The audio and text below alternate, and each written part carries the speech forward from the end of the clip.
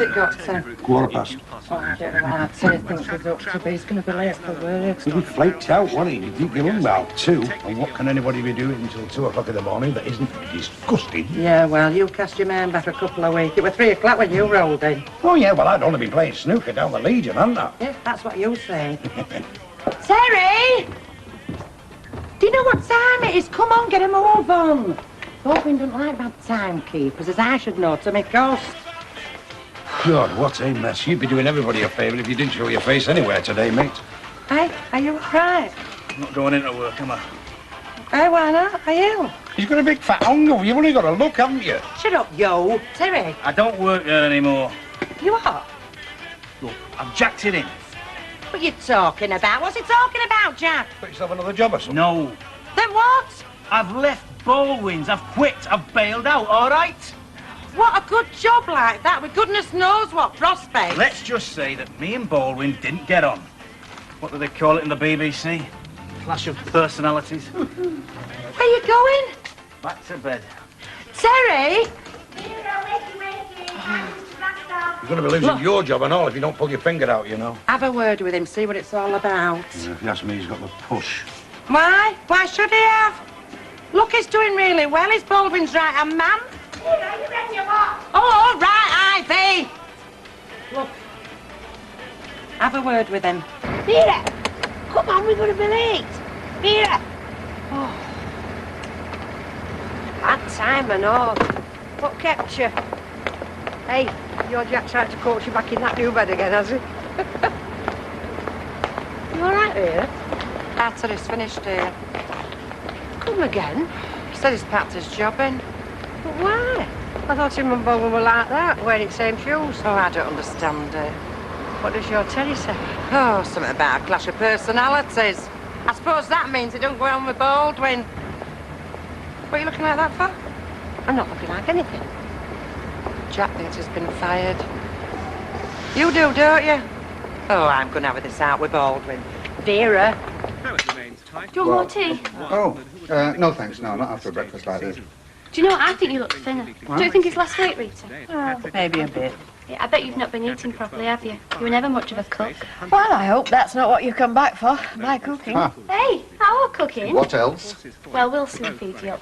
Independent, Rita. Oh, better get going. Got 3 different jobs on the go today. You are busy then, are you? I am, yes, but I can spare an hour at lunchtime for dinner in the Rose. Are you asking? I'm asking. I'm accepting. I will see you at 12:30. Come on, Jan. Hey, hang on a minute. You give me a lift to school. My mates won't believe I've got my dad back. Oh, well, come on then. Get your skates on. Well, Well, It's like a proper family again, eh? yeah. Perhaps she's not turning in, boss, eh? Maybe she's got the flu or something.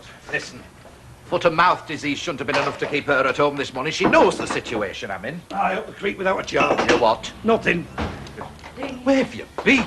I've been coming to work. Where do you think I've been? Well, I expected you over an hour since, Betty. I mean, to get this place tidied up. Oh, no. No, not on your life. What do you mean? I'm the cook here, lovey, not the bottle washer. I mean, what are you two doing? It wouldn't have taken you half an hour to empty these ashtrays and run round with the duster. I mean, failing that. What? Give Sandra a job back. Glorious Lungaroo can all. Last night, I walked out in a write-off, didn't she, boss? It was very unprofessional of her, Betty, Yeah. leaving me in the lurch. Hey, like except for me, what did the work of 10 men, Betty? that. Leaving me in the lurch like that. I would have cleaned up myself, you know, after closing time, but I was exhausted, Betty, exhausted. Alec, Yes. I should nip round to Sandra's and get her back here quick, because if Bet comes in and finds half the staff missing in this place, knee-deep in muck, you'll know she's been to a health farm when she clocks you on and half kills you. Excuse me. Hey, she's right, you know, boss. Very wise woman is Betty. Ta. So, Are you not working today, then? no, You got a day off? could say that. Oh, well, lucky for some, isn't it? Oh, look then. What does it look like? Yes, Mrs. Duckworth.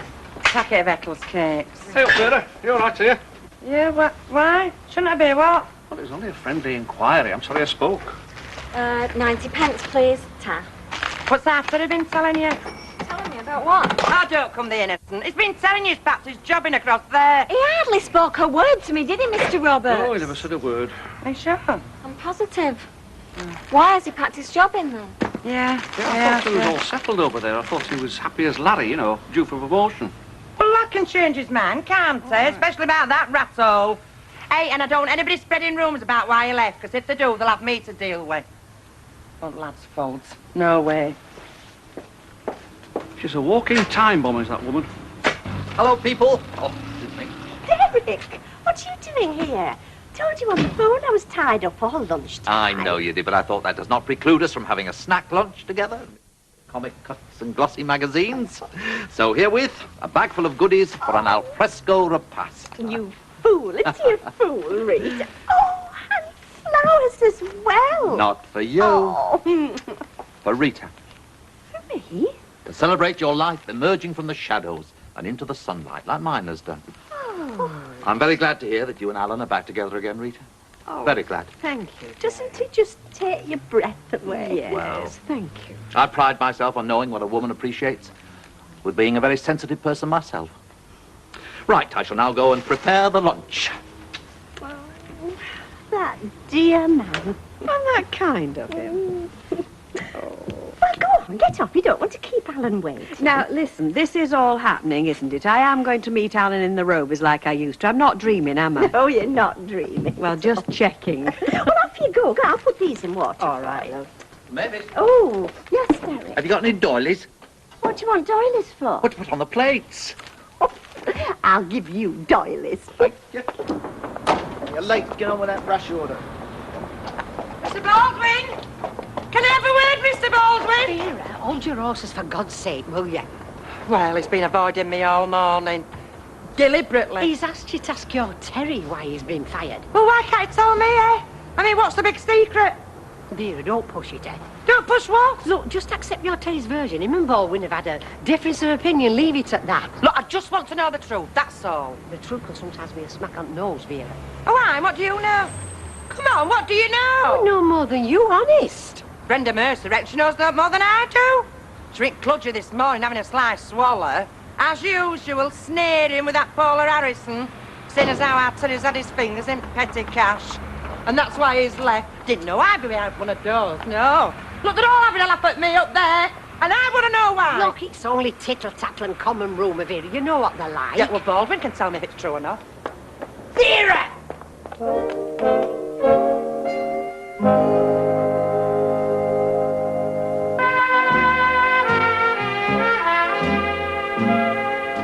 More champagne, Mavis? Please. Just a smidgen. Thank you. My pleasure. Well, cheerio, old thing. Cheerio. A piquant little vintage, don't you think? Oh, rather. Oh, Derek, don't you think we're silly acting like this? Oh, I don't. We're enjoying ourselves, aren't we? Oh, yes. I mean, that's one of the pleasures of being with a like-minded person, maybe. Someone who's sympathetic. You can act a bit daft in private and not get embarrassed. I mean, the world out there is serious enough for anybody. I suppose so. Mavis, Yes, Derek. you've not had a customer for 10 minutes. Haven't I? So if we locked the door and retired, probably no one would be any the wiser, would they? Well, I don't suppose they would. I'll take the champagne up for us, shall I? And I'll bring the glasses. Right.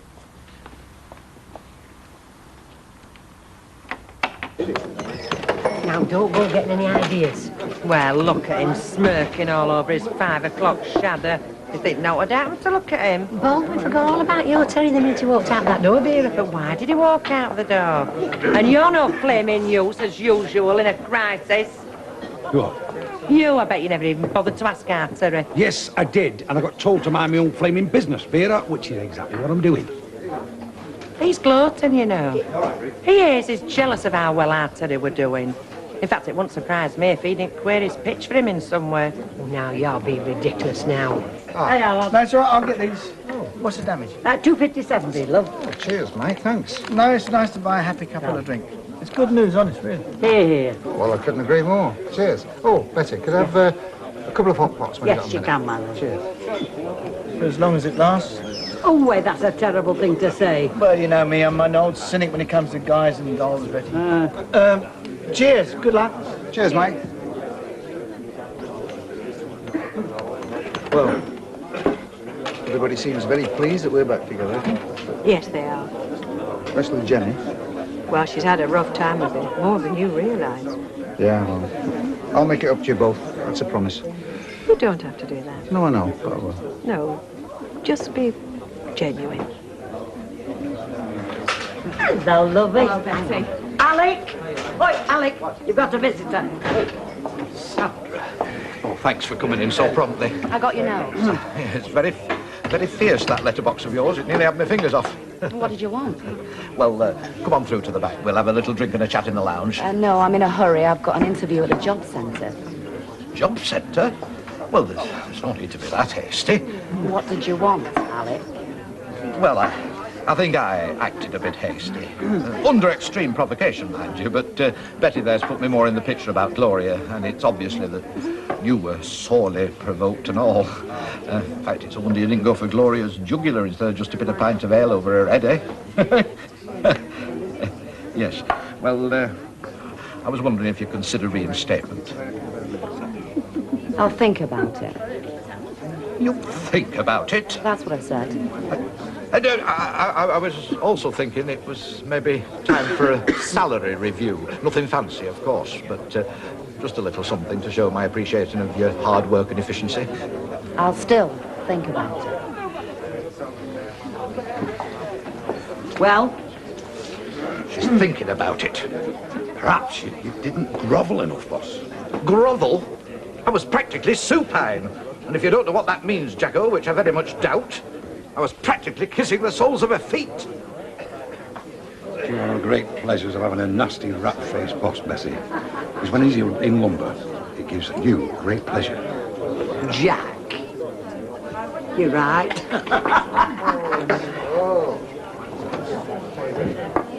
Hey, he's going. Well, let him. Here. Oh, Vera. I want a word, Mr. Baldwin. Yes, dear. Look, it's about our Terry.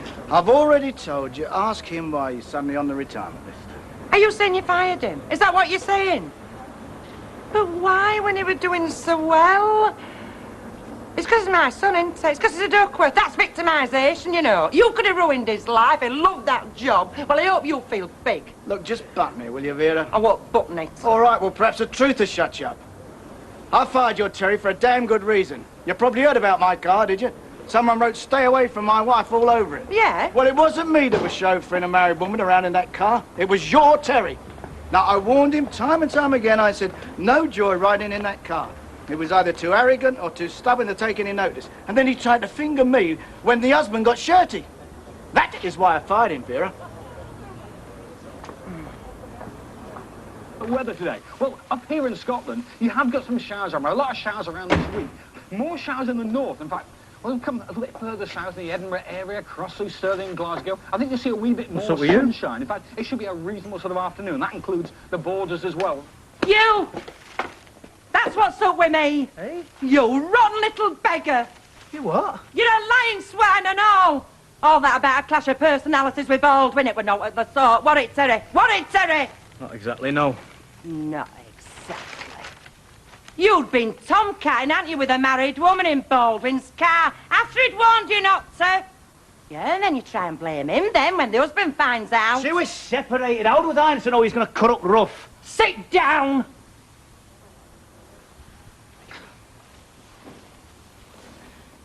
Do you know who you sound like when you talk like that, Terry? Your dad. Yeah, your dad's son, all right. I thought you'd landed on your feet when you got a job over there. A job with prospects and a future. I went round telling everybody. I said, Terry's going places. He's finished bumming around. I'm right proud of you. Yeah. Then you go chuck it all away, don't you? Just because you couldn't resist acting big in Baldwin's car. You've had a right laughing stock of me in this street. Well, I hope you're satisfied.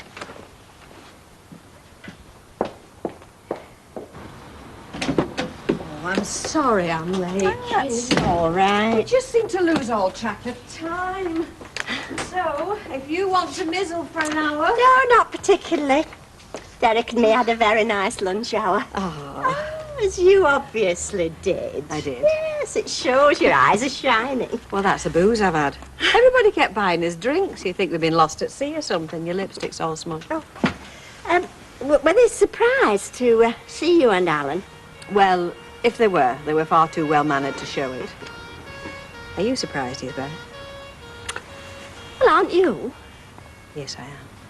And did he say why he'd suddenly decided to pop up again? Not really, no. He just walked in with his bags.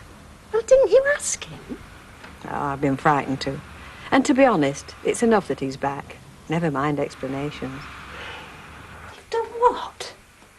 Moved back in with Rita I don't believe it. last night. And what about me? What about you? Doesn't change anything. You moved back with Rita and you say it doesn't change anything. Well, it doesn't. Of course it changes things. I thought you'd left her for good. I thought I had you all to myself. That's what it changes. Well, you didn't complain before, did you, when I was commuting between home and here? Well, it was different then. You hadn't left her, but... Well, going back to her now, it seems as if you're fed up with me. Are you, Arlie? Of course not. Oh, I see. You want your cake and eat it like all bloody men. No, I just think that at the present moment, it's better that I'm back with Rita, that's all. So you can keep an eye on her bank balance? No, I think it's better for Jenny. Jenny? Yeah, she's in the middle of A-levels at the moment. The last thing she wants to do is be worrying about me and Rita. And what happens when it isn't better for Jenny? Oh, I'll be away like a shot. Honestly, Alan. You're not having me on, are you? No. I don't know when to believe you. Oh, I don't know. I think there are times when you do. Eh? Can you stay? Well, only if I'm welcome. You know you are. That's the trouble.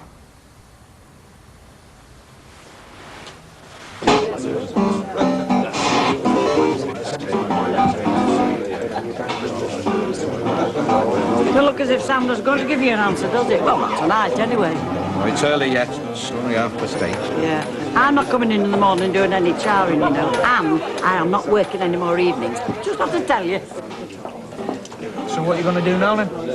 Don't make it sound like the end of the world. One of us cocks at the job. Yeah, but how many jobs do you have to lose before you become unemployable? It's all job experience. What the bosses want.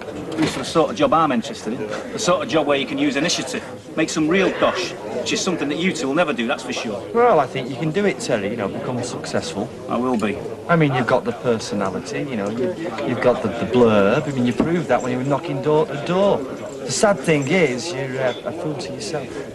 Couldn't agree more. Well, what do you know about me, eh? I mean, what have you ever done? All you've got is a crummy job in a crummy little garage. And you come on from that to an house in a crummy little back street, and you'll still be there in 50 years' time. So don't you criticise me, all right? At least they're stuck to something, got a trade, got a home, got a wife. You've got nothing except a big mouth. Now stop it, it's not worth falling out about. Enough earache at home without listening to you two no-uppers and all. I think he's more upset than he's admitted. Yeah, and he's every right to be as well after the stupid stunt he pulled. Alan and Rita have not been in then? No, they haven't. That's a bit of good news anyway, them two getting back together again. Ecstatic. Do you know, he must have been out of his mind leaving her at first place. Because she's a grand lass, you know. I knew you wouldn't let me down. Oh, did you? Oh, of course I did. You're a woman of her word. Honest, straight, true to death, unlike some we can mention. Oh, there's no need to flannel me, Alec. I'll come back, because I think Betty'd want me to. Oh, sure she would. And we'll talk about the money. We will. Before I do a stroke of work. See you morning. Well? She's coming in tomorrow. Oh, hey, that means you've only got Rory to explain to Beth, doesn't it? Hey, things are looking up, little. Jack, have you ever had a nasty accident? I mean, a really nasty one. No, Just casting about for something to look forward to. Oh, you're sailing very close to the wind, Jack. Ivy, love. Can I have a bottle of lager and orange juice? So what couldn't you tell me while Don was there? Hey? Oh, it's his mother threatening to come to us for Christmas, would you believe? Oh, dear.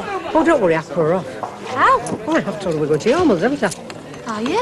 Well, not as yet, no, but I mean, it is her turn to entertain us this year, isn't it? Oh, yeah, but my mum's got a very short memory where things like that are concerned. Wait, what's the state of play between Vera and Terry, Jack? He's not talking, she's not talking. Still, save me keep telling the telly up. What's up? Terry's proving he's still a big daft lad again.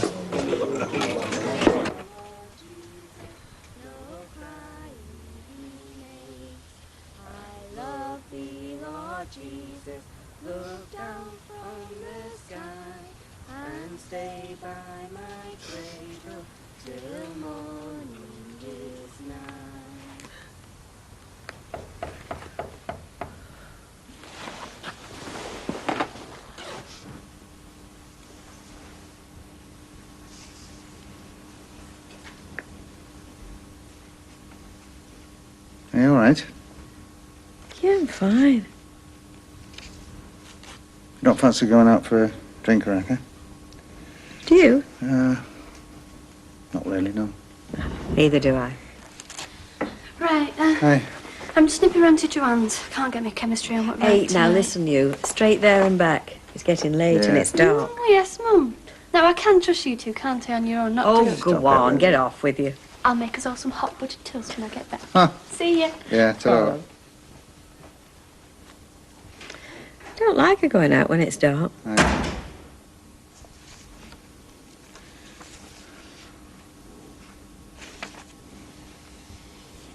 What are you staring at? You. I've been back a whole day, and you haven't asked me one single question. Haven't I? No, and it's a bit unnerving. You know, it's a bit like waiting for an injection at the dentist. Well, I'll ask just one question. What? Have you finished with her? Yeah. Well, that's all right then. Hi, Frank. It's Alan Bradley. What? Yeah, I know it's early, but some of us have to work, you know. Now listen, about that stock you've been holding for me. Yeah, well, you can deliver it at the yard, same as usual. What? No, I'm not moving. Well, not yet a while, anyway. No, I haven't given up the idea of a shop. It's just that, well, you know, there's one or two things I've got to sort out first, so it'll take me a bit longer than I thought, but I'm working on it. Yeah. So, you can let me have the stuff by Friday at the latest. Now, can I bank on that? Okay, Frank, great, yeah. Thanks, and you. Yeah, bye now. Morning. Morning, love. I don't understand you, honest, I don't. How you could go chucking away a cracking good job like you had. I mean, you could have been another Baldwin. All right, Mum. But it's not all right, is it? Not only have you lost your job, you've made a right laughing stock of me in the streets. Hey, can you yell a little bit louder, you two? There's a few folk the other side of the viaduct. Can't hear you. What do you expect, when your only son goes chucking away his whole future down the drain? Management trainee. All right. Now, if you don't mind, I've heard more than enough on the subject. Yes, but your mother's right, though, isn't she, son? Hey, you had it made over there. All you have to do is keep your nose clean. You can't be a drifter all your life. Sometimes you've got to think about your future. Oh, listen who's flaming talking. A fine example you've been, haven't you, eh? Hey, now that's enough. It's more than enough for me. And it was a mistake to come back in the first place. Oh, sorry, lover. I didn't mean to go on. It's just that, well, I'm disappointed for you. We both are, me and your dad. It's your future we're thinking about, Yes, you know. me and all. And it's not round here. So the sooner I get off, the better. Leave you mean? There's no for me round here, that's for sure. After what's happened, there's not likely to be neither. Mike Baldwin's seen to that. Don't be silly. There's plenty of work just before Christmas. I'm sorry, ma'am. I had hoped that when I come back, that things would have worked out different. It wasn't to be, was it? Well, look, Terry, look. Don't be silly. I mean, where will you go? I'll be all right. Oh, look, can't you just hang on just till after Christmas? You know, things might look different in New Year. No chance, ma'am.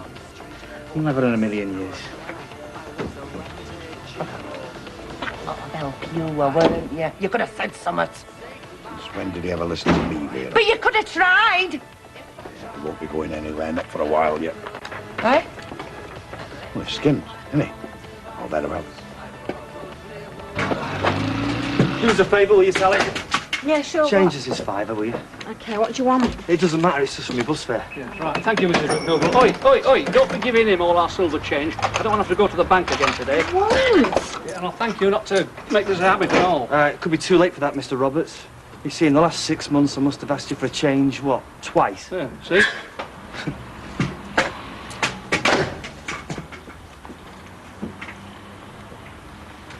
You know, it's really great to feel wanted, isn't it? Good morning, Terry. Great to see you, mate. How's it going? What can we do for you, Terry? Coffee. Yeah, I'll get it, don't worry. What's up? Wondering what kind of a stunt I'm going to pull next day? Who the sucker's going to be this time? Well, forget it. I'm off. You're leaving? That is a general idea, Curls. So if any of you was thinking of going down on your bended knees begging us to stay, now is the time. Coffee. So, where are you going then? Down south. I've got some mates down there that can put some work my way. You're not stopping for Christmas? I'm not even stopping for dinner, Curls. Before I go, I might be able to do you a big favour. Oh, I don't think so, Terry. 18 carat gold, plus a chain to match. I don't think so, A gift Terry. at 30 quid. Look, it's not me, is it, really? Well, it's worth double. All right, I believe you. Well, look, I've got to go. I'll see you. See you, Curls. Oh, darling. Looks like it's your lucky day, doesn't it? You what? Well, make a lovely Christmas present for your ever-loving husband. I don't think so, Terry. I don't really think that that's Kev's style, you know. No. No, it's not, is it? Not anymore. Not the man he used to be, is he? That's for sure. What, just because he doesn't get up to your rotten tricks, just because he's got the guts to say no to you? Look, lad, I think if that's all you want, you better go. Don't worry, I'm off. Yeah. Haven't you forgotten something, though? Like what? The coffee, you're not paid for it. Stick it on my mum's order. Do you think he's really going? Who knows what goes on in that head of his? I'll tell you one thing, though. I won't be shedding no tears. So when will it be in? Sometime this afternoon. I'll save one for you if you like. Yeah, thanks. There's a free pattern offer. It's a lovely little play suit for Sarah Louise. All right, leave it with me then. I'll pick it up on my way home. Okay. And I'm glad to hear that you and Alan are back together again. Yeah, thanks. So how were things? Well, we're back together, and that's as good a start as any, isn't it? Yeah. Well, good luck anyway. Thank you. See you. Hello. There. Look, if you're still worrying about that phone call... Look, he still has plans for getting a shop, I heard Well, him. what's so odd about that? Well, he's never mentioned it to me, has he? But he hasn't denied it, has he? Never asked him. Well, then. Look, I'm glad you're back together again. I really am, and I hope it works out for you. But you're not going to make it any easier if you start suspecting his motives every time he chooses not to tell you something. I mean, that's no way to rebuild a relationship, is it? On your own, then? For now, Betty. Vera's just nipped home. Have another go at there, Terry. Yeah, Jack, been saying I've been threatening to take off again. I'll believe that when I see it and all. Well, that's not the way Vera sees it, Betty, that's for sure. Hey, John. So, how much longer do you have to go now? At this college of yours? Oh, till next summer, but it's out in the big wide world. Put it all into practice. Like you did at Baldwin's? Yeah, well, that's one incident I'd rather forget if you don't mind. Not that I was in the wrong, no, far from it. It's just that Baldwin's business methods, well, frankly, they're in the dark ages. Oh, well, of course, it's Jack Duckworth you should have been talking to if it's work study you're interested in. Jack Duckworth? Isn't that right, Jack? What's that, boss? I'm just telling Curly here, you're the work study expert round here, aren't you? Me? Never known anybody's study work like you do. Hey, are you waiting for these mixers to hatch out, or is there any chance of getting them on the shelves before closing time? All right. Alice? Yes, Sandra. Oh, it's back. Oh, Tallow. Hey, I still think you should tell her about Gloria going. Yes, I know what you think, Betty, because you never stop reminding me. How did she sound? Oh, fine. Seems to be having a whale of a time. More can be said for Alec when she gets back. He's picking the bill up. Oh, no. Everything's fine here, yeah. Yes, we're all looking forward to seeing you tomorrow. Bet, sort of talks that on the telephone. You don't know who might be listening. Yeah, so, What time are you expecting to get back tomorrow? About dinner time, right. Right, eh? And I can't wait. So, what have you been up to this morning, then? Both legs? Good. Oh, it's your last 10p, right. Oh, all right, well, thanks for calling, and I'll see you tomorrow. Yes, I miss you too, love. Yeah. Bet, I can't think. All right, then. Where's your mate coming? She's gone home, hasn't she? Good. Now perhaps I can have a drink without the fear of feeling cold steel between my shoulder blades. Can you blame her after what you did to their Terry? After what I did to him? Couldn't you just left it for another month, Mr. Baldwin? You've ruined Vera's Christmas. Listen, that place over there is called Baldwin's Casuals, not Santa's Grotto. The way I'm feeling at the moment, if I never set eyes on Terry Duckworth again, that'd be too soon.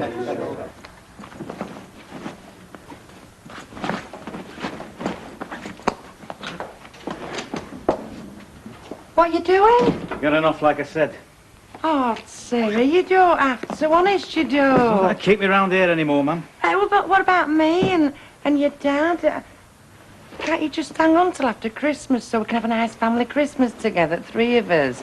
And then if you feel differently in New Year... I'm sorry, Mum, look. My mind's made up. Nothing's going to change it now. So, the sooner I get off, the better. You've no money. I mean, you can't go taking off. You've no money in your pocket. I'll be all right. Well, your dad said you were skint. Don't worry. I managed to get my hands on a few quid. It's been great seeing you again. Honest it has. Well, I mean, where will you go, eh? I've got some mates down Bournemouth way. I reckon I can always set us up with a bit of work. Bournemouth? Yeah. I'll let you know exactly where. I'll keep in touch. Yeah, well, you'll make sure you do it. I promise. Oh, sorry. And look, just remember, son, this is your own. Yeah, I know. I'll be seeing you. Say ta-ra to my dad for me, won't you? Well.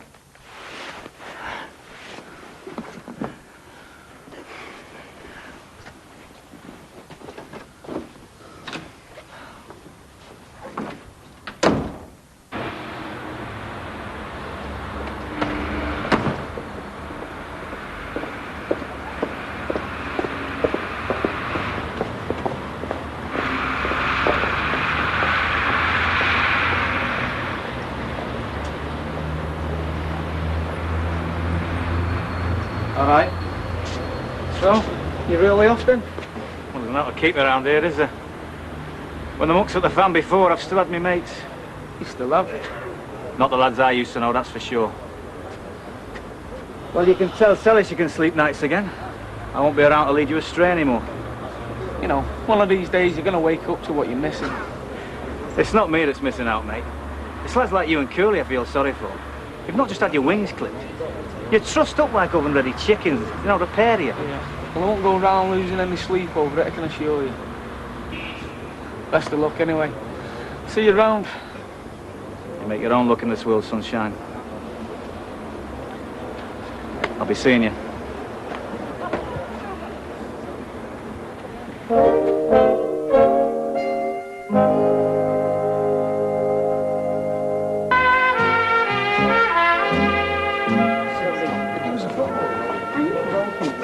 How much did you lost then? Eh? Bet. Oh, she didn't say. Just that she's coming back tomorrow lunchtime. Gloria, what did you have to say about her? Nothing, because I didn't tell her. Oh, I see. Your funeral then. Oh, look, Betty, what's the point? She's coming back tomorrow. Don't you think she's going to find it a little bit odd? Gloria having been gone nearly a week and you've never sent a dicky bird, even though she's been phoning you every day. Look, there is nothing odd about it, Betty. It was Gloria's decision to leave. Now, if you don't mind, there are customers wanting to be served. Right. He's not going to grow 2 heads, you know, Mavis. Sorry. Alan Bradley. You've not been able to take your eyes off him ever since he came in. Don't be silly, Derek. You've definitely been keeping him under close scrutiny, Mavis. Been observing him, yes. Why? Rita's under the impression that he's not being quite straight with her. Look, I thought if I keep my eyes and my ears open, I might just glean some little nuance that would throw light on the matter. If you ask me, Rita doesn't know what she wants. She was miserable without Alan. now she's got problems because he's back. She hasn't got problems exactly. She just feels that he's keeping something from her. And, well, she doesn't want to do or say anything that'll rock the boat. It's a tricky situation, I agree, Mavis. Particularly in the circumstances.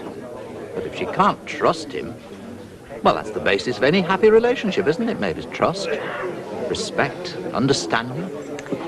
Yes, I suppose so. And that's why our marriage is working so well.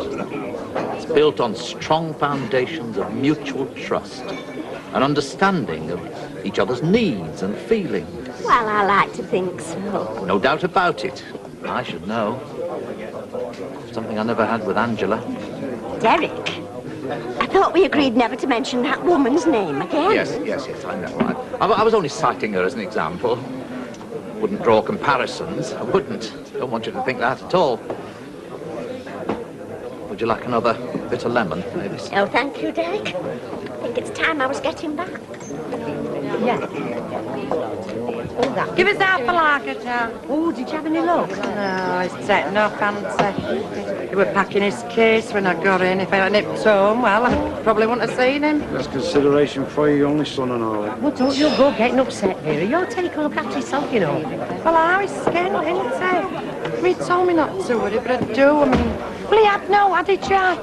Don't worry about him. Like Ivy said, the lad can look after himself. If you'd have tried a bit harder, he'd still be here, wouldn't he? Me? Yes, if you'd have had a word and said there were no need for him to go. Don't you think I tried? But you know what our Terry's like when he's made his mind up. He's had a ship and beat. To the end of the week. Aye, why not? That's £13.42. How much? £13.42. Well, they haven't been paid since before Bet went away. Oh, I only want to pay for papers, not buy out. Oh, it's amazing how the manage up. I mean, Bet's magazine's £1 now, you know. I wish I'd gone to Blackshaw's for my evening paper now. So when's she due back? Tomorrow, and it can't come soon enough for me. Ah, missing her that much, are you? Nowhere to put your cold feet at night, eh? Ah, well, something like that. Don't forget it's me that's picking up the bill for this Elf Farm jaunt. Well, she's going to miss Gloria, though, isn't she? I mean, they were good friends, weren't they? I bet she was really surprised when she heard she'd left. Yeah, well... You have told her, have you? Well, I didn't want to spoil her week. Well, it's up to you, of course, but if I was in Bet's shoes and I'd not been told something like that and I'd been phoning every day, well, I reckon I'd smell a rat. Do you know, I get very nervous at these uncanny demonstrations of psychic powers. Psychic powers? Rita here, and Mother Hubbard. Who's Mother Hubbard? Betty. Oh. It's the only explanation I can think of, seeing as you're both playing the same record. I'll see you. Charlie. Bye. Dear, I think we've touched a raw nerve there. I think we did. Hiya. Hello, love. Hey, has that new video stock coming yet? Yeah, this afternoon. Oh, great. I won't be in for my tea, by the way. Oh, aye? I'm just going round to Joanne's, you know, to copy up some notes and stuff. That's what the video's for, is it? Copying up notes? Well, it's for afterwards, isn't it? It had better be, because your exams will be on you quicker than you No, think, baby. don't worry about it. I'll sail through. Well, that's all worked out very well for you, hasn't it? What? Well, Jenny being out tonight, it'll give you a chance to have a nice, quiet chat with Alan, clear the air, and find out if he is keeping something from you. Yes. Well, it might not be such a good idea. Maybe just as well to leave well alone. And you call me the indecisive one. Oh, I don't feel like eating. You want that burger? No, I don't feel like it. Well, it's daft wasting good food, love, isn't it? Keep thinking about our Terry, you know. No proper roof over his head, no in his belly, just wandering about. Oh, come on, Vera, this is our Terry you're talking about. He can look after himself. He's most likely better off than we are right now. Ah, we haven't got out, has he? Look, he's not that daft. He'd have got himself some cash from somewhere. He told you so, didn't he? Oh, aye, where from? I don't know, do I? Do you know, I'll never forgive Baldwin for this, never. Look, it isn't Baldwin's fault. He didn't have much to say on the matter, did he? Not after what our Terry did to him. Well, he's always had it in for this family. Oh, yeah, a different story when he gave our Terry a job, didn't he? Yeah, we're using him, weren't he? Using him like he uses everybody. All right, love. Now, come on, let's drop it. There is nothing we can do about it, sweetheart. Not now. Hey, come on, you get that tea or what? Yeah. Hey, come on, Vera. What is the point of getting yourself in a right state over the lad? You know how it's Terry. He'd have not stopped. He'd have been on his travels sooner or later. Yeah, I suppose so. There's no suppose about it, love, isn't there?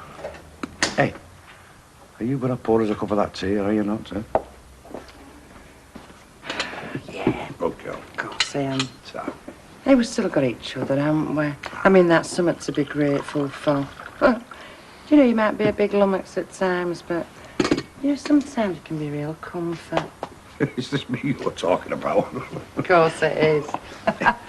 You might not be much, but you're all I've got now. Oh, not now, V, love. Not. Hey, can't you ring them up at work? Tell them you don't feel up to it. No, for being can't. Yeah, I don't feel like being on my own, not tonight. Oh, no. Hey, what's that? Oh, now get off here. Okay? Hey, what's this you've got down your shirt? No, nothing.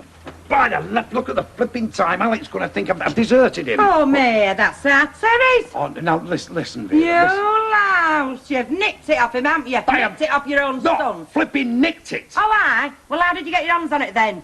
I'm looking after it for him. He asked me to, you see. You swine. So that's where he got his money from, eh? Listen, V. He were going to go anyway. He'd made his mind up, love. I just thought it were better if he went with some cash in his pocket. You rat! Now, listen, You V, rat! Listen, sit down. What? Sit down. Will you just think about this? Will you calmly now? Calmly? Yeah. And then rationally. Hey! Come back here, you! Yeah, well, I can wait. Not planning on going out, are you? No, not me. Not unless you fancy drinking the Rovers later on, do you? No, I'm fine, thanks. I thought I'd get these books up to date, you know, and then Yeah. perhaps we could have a nice quiet night in, just two of us. You had a good day? Not bad, yeah. Business all right? Mustn't grumble. Hey, if you don't want to talk about it. Oh, I'm sorry. I can do this anytime. Don't let me interrupt. Not if it's important. Well, it isn't. Well, it's not as important as you and me, anyway. Right, so, what's bothering you? Nothing's bothering me. Just, well, you haven't talked much about your business since you came back. Oh. Just wondered if everything was all right. Yeah, of course. There was some talk of you getting a shop Oh, yeah. Still planning on getting the shop. and leaving the yard. And leaving the yard, yeah, but it won't be happening just yet a while. I've got one or two things to sort out first. I see. Like the, you know, getting the finance together. Oh. But I'll do it, you know. So, I've seen the place I want. It's it's a wonderful position. It's on Curzon Street. It's got everything I want. But like I say, you know, it's just that little matter of getting the finance together. But I'll do it. Mark my words. Anyway, I didn't come here to burden you with my problems. So let's change the subject, shall we? Suits me. So didn't he give you any idea where we were going then, Jack? Well, according to Vera, she said he was going down to Bournemouth. And where did he get his money from? Because he reckoned he was skint. Yeah, well, he came in the shop this morning, didn't he? Trying to flog us his medallion. He did. He wanted me to buy it for you for a quizzy present. You never. Do me a favour. You a medallion man. What's up with that? Gives the fellow a bit of style. Yeah, well, it depends on the fella, doesn't it, Jack? I mean, I can't see anyone round here wanting to wear it. Would you wear it? Yes. Still not wrong you're doing yourself any favours, you know. Oh, Betty, give it a rest, will you? I mean, what possible difference does it make whether I tell Bet about Gloria today or tomorrow? Oh, not a lot. As long as she hears your story first. What do you mean, my story? There is only one story. She walked out. She left under a cloud, didn't she? I mean, you can't deny that. Yes, but she was the one to walk out. Oh, I'm saying no more. Just say, never mind about that. What do you mean? Always supposing she gets my story first. Well, she'll be looking for another job, won't she? I don't know what Gloria's version of this story is going to be, but something you'll come up smelling of roses. There's nothing to do with me, Betty. Oh, suit yourself. I just hope she doesn't get it into her head to go to the White Swan. White Swan? You mean Stella Rigby's pub? Exactly. Can you imagine what kind of a meal her husband will tell her if he gets hold of the tale? Thank you, Betty. You are a real comfort, you are. Hold the fort. Hello there. Sam again. Yeah, go on. Gail? No, I'm all right, thanks, Al. Actually, let me see as it happens. Oh? Yeah, about Christmas. What about Christmas? Well, look, if you're set on having the family round again, I'm sure Audrey won't object. You know, even if it's her turn. Oh, I couldn't dream of it, Al. No, I know how much having those little kids round to your place will mean to Audrey over Christmas. Yeah, I'll get you a drink. Well, that's all. I never mentioned Christmas. I did. You? Well, I reckoned if you didn't want to spend Christmas with Don's mother, someone had better get things started. Get through then. Yes, Betty, I got through. Oh dear, didn't take it too well, eh? She wasn't there. She wasn't there? Apparently, Mrs. Beth Gilroy and Mrs. Stella Rigby are no longer in residence. They checked out 2 days ago, leaving no forwarding address.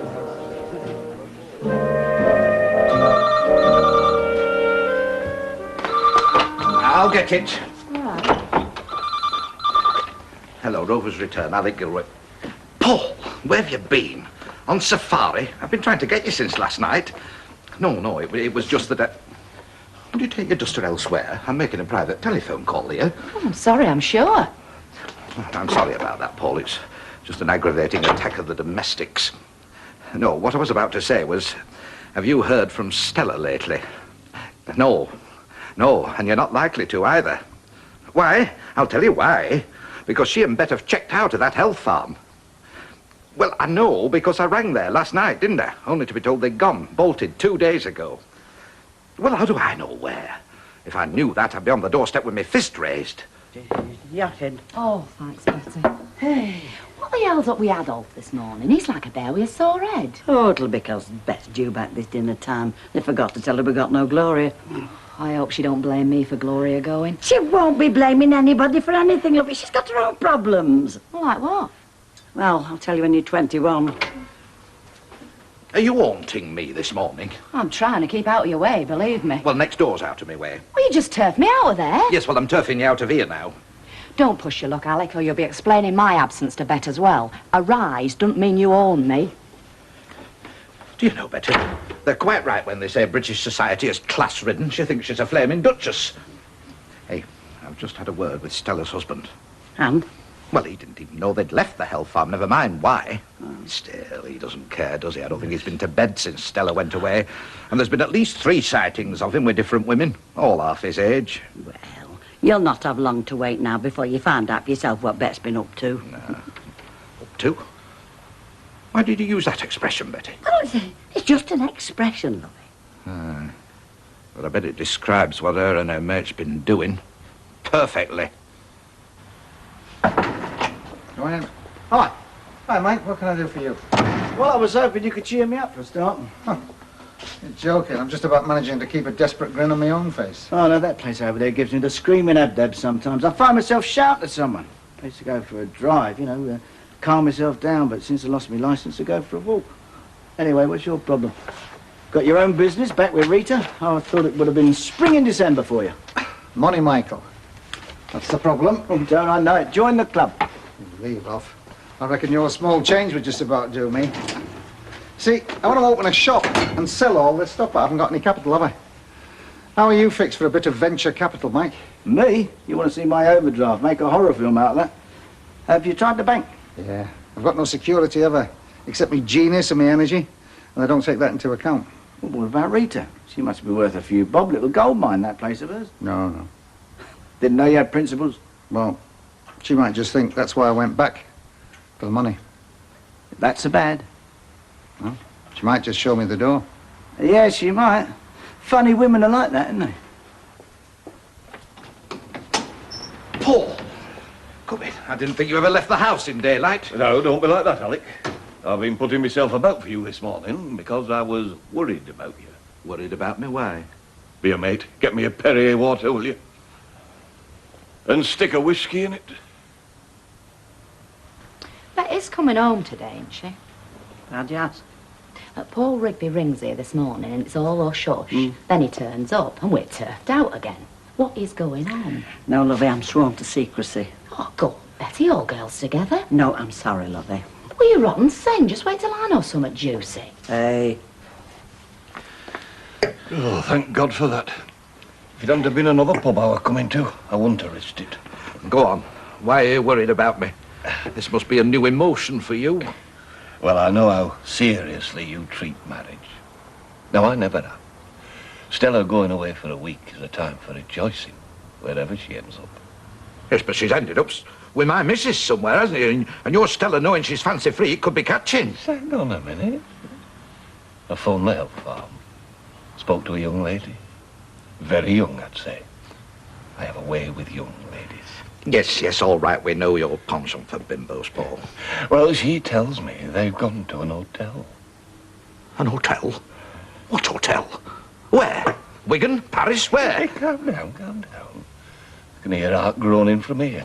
No, it was a local hotel, according to the young lady.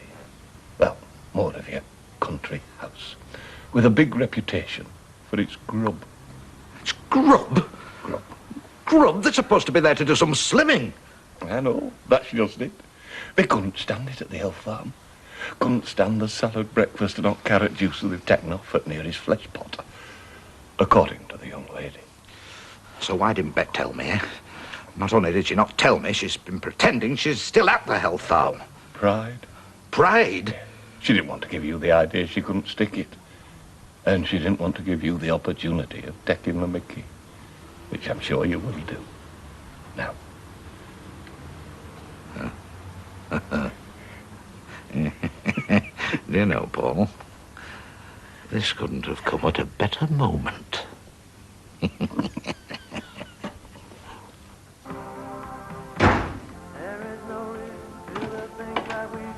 you are. Yeah.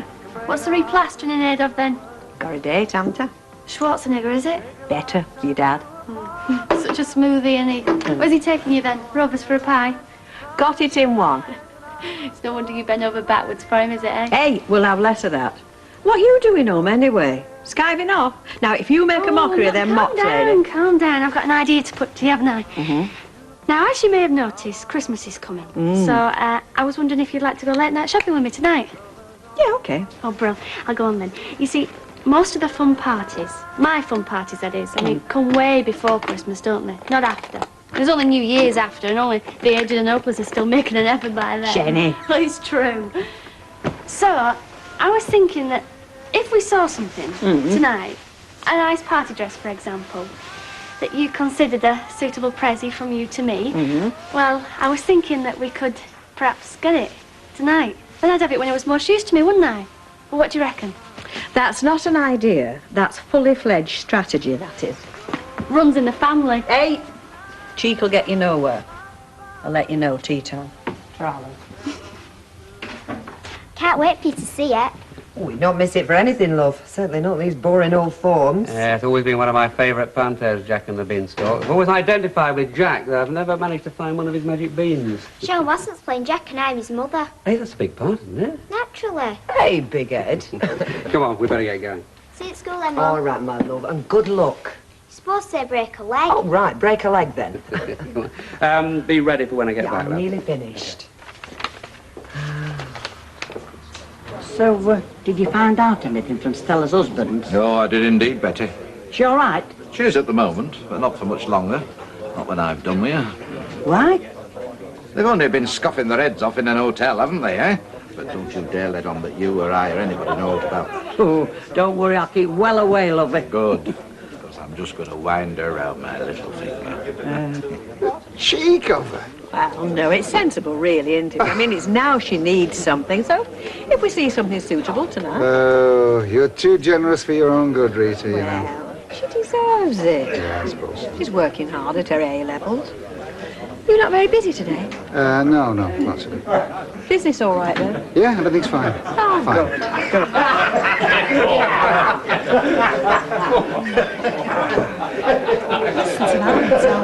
He's so uncool. It's just high spirits. It's his day off. I don't want to have Christmas Day off. Eh? No, I don't. What do you? All right. Well, Look, we've got Brian, Gail and the kids. I mean, that's more than enough for anyone to cope with. Too much, in fact. I don't know how you're going to tell them. I mean, they're expected to come now, aren't they? I mean, we went to them last year, didn't we? Well, you're the diplomat of the family. Yeah, the doormat, more. Oh, another drink, come on. Aye, why not? So I'll have a... Yes, my love. Half a bitter and gin and tonic. OK. Looking forward to Christmas then, Audrey? No, No, not especially. Are you? I mean, it's not my favourite time of the year, actually. Especially not now, with all the extra work in the shop.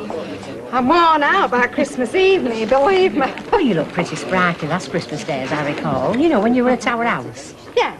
You have to make an effort, don't you, where other people are concerned. You don't want to put a damper on things. There you are, lovely. Hey, now, Betty, look, I think that's the exact money. Unless the prices have gone up again. What's she playing at? Oh, don't ask me. She's a woman. Well, she had a chance to invite us for Christmas then, didn't she? And she didn't. Well, maybe she's not going to invite us. She flaming better. Oh, what road? Bet! My angel. Hello, love. Have you missed me? Have I missed you? Do you know, I've hardly been able to contain myself. All morning I've been positively bristling with anticipation. Haven't I, Betty? Yes, he has. Hey, how have you stuck it, lovely? Oh, and look at you. The shadow of your former self. Really? Bet you look a new woman. Oh, thanks. That was the idea. What's she doing with Alan? Well, they're back together again. Can't I turn my back for a minute? What about you, Rita? How'd you get on, Bet? Did they put you in one of them boxes with your head sticking out? What are you at it all weekend? Yeah, but did you have a massage from one of them big handsome fellas? Oh, girls, later, please. Give me time to unpack my bits and pieces, light a fag, and make myself a hot, sugary brew. Then I shall tell you all about it. Good idea, love. You look weak with hunger. I am.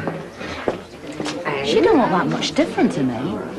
No. Hey, and she hadn't missed Gloria. She's got a bigger shock coming to her than that, lovey.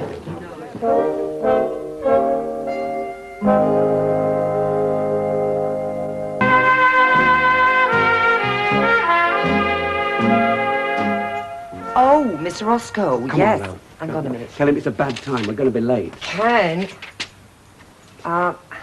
Yeah. Yeah, I do remember arranging a meeting, but it seems like I've forgotten to write it down. Can we make it tomorrow? Yeah, look, it's only one more day. Yes, I do realise how serious it is, but it's just very difficult for me this afternoon. We really must go. Look, Ken, I can't just hang up on the poor bloke. Listen, What? No, don't do that. He's hung up now. Good. Come on. Look, Ken, I can't. He says he's coming round. Well, put a note on the door. Look, I've got to see him, Ken. You go. You what? I don't believe this. You put some stranger before your own daughter. You're a counsellor, you know, not a social worker. Look, I can't let him down, Ken. He sounds upset. Tracy's going to be upset. You go. I'll catch you all. This is ridiculous. You are getting absolutely ridiculous. Hey, come on now, Alec. Where is she? I've only got another 5 minutes. Oh, be patient, ladies. She's just freshening up after a very long and tiring journey. Thanks, Mark. You know, I fancy health farm myself. Whole week of being pampered. Oh, I fancy sending off, actually. It's such a tub. How much did it set you back then, Miss Elfon? You could have a week in Florida on it. Oh, come on, here she is. Hey, now, come on now, kid. Give us the lowdown. What was it really like? Oh, luxuriant kid. Potted palms everywhere. Sunbeds, conservatory to lounge in, a heated pool in an orangery, all the usual saunas, steam baths, hose pipes, and massages with aromatic oils, of course. Well, what kinds of people were there? Oh, Audrey, talk about the hoi polloi. The place was chocker with lords and earls, all swanning about with crested towels on. The diet in between banquets, you know. Oh, and there were a couple of aging pop stars trying to get in the jeans for a comeback tour. And what about grub? They don't give you no grub, Sandra. None at all. No grub, I'm not going. No, you see, they put this little pot of honey and a flask of hot water outside your room, and you mix it into little drinks. It's so you don't faint. Here you are, my love. A hair of the dog that hasn't bitten you for a whole week. Congratulations. I'm amazed you stuck it out, aren't you, lady? Oh, I am, yes. Well done. Betty? Oh, yes. It weren't easy. Oh, no, well, I mean, it couldn't have been. I mean, we all know how you relish your food and your fags and your booze. I wouldn't have thought you had it in you. I really wouldn't. I'm impressed. Oh, good. Very impressed. Yes, all right. Cheers. Cheers. love. Where's Jacko? It's his day off.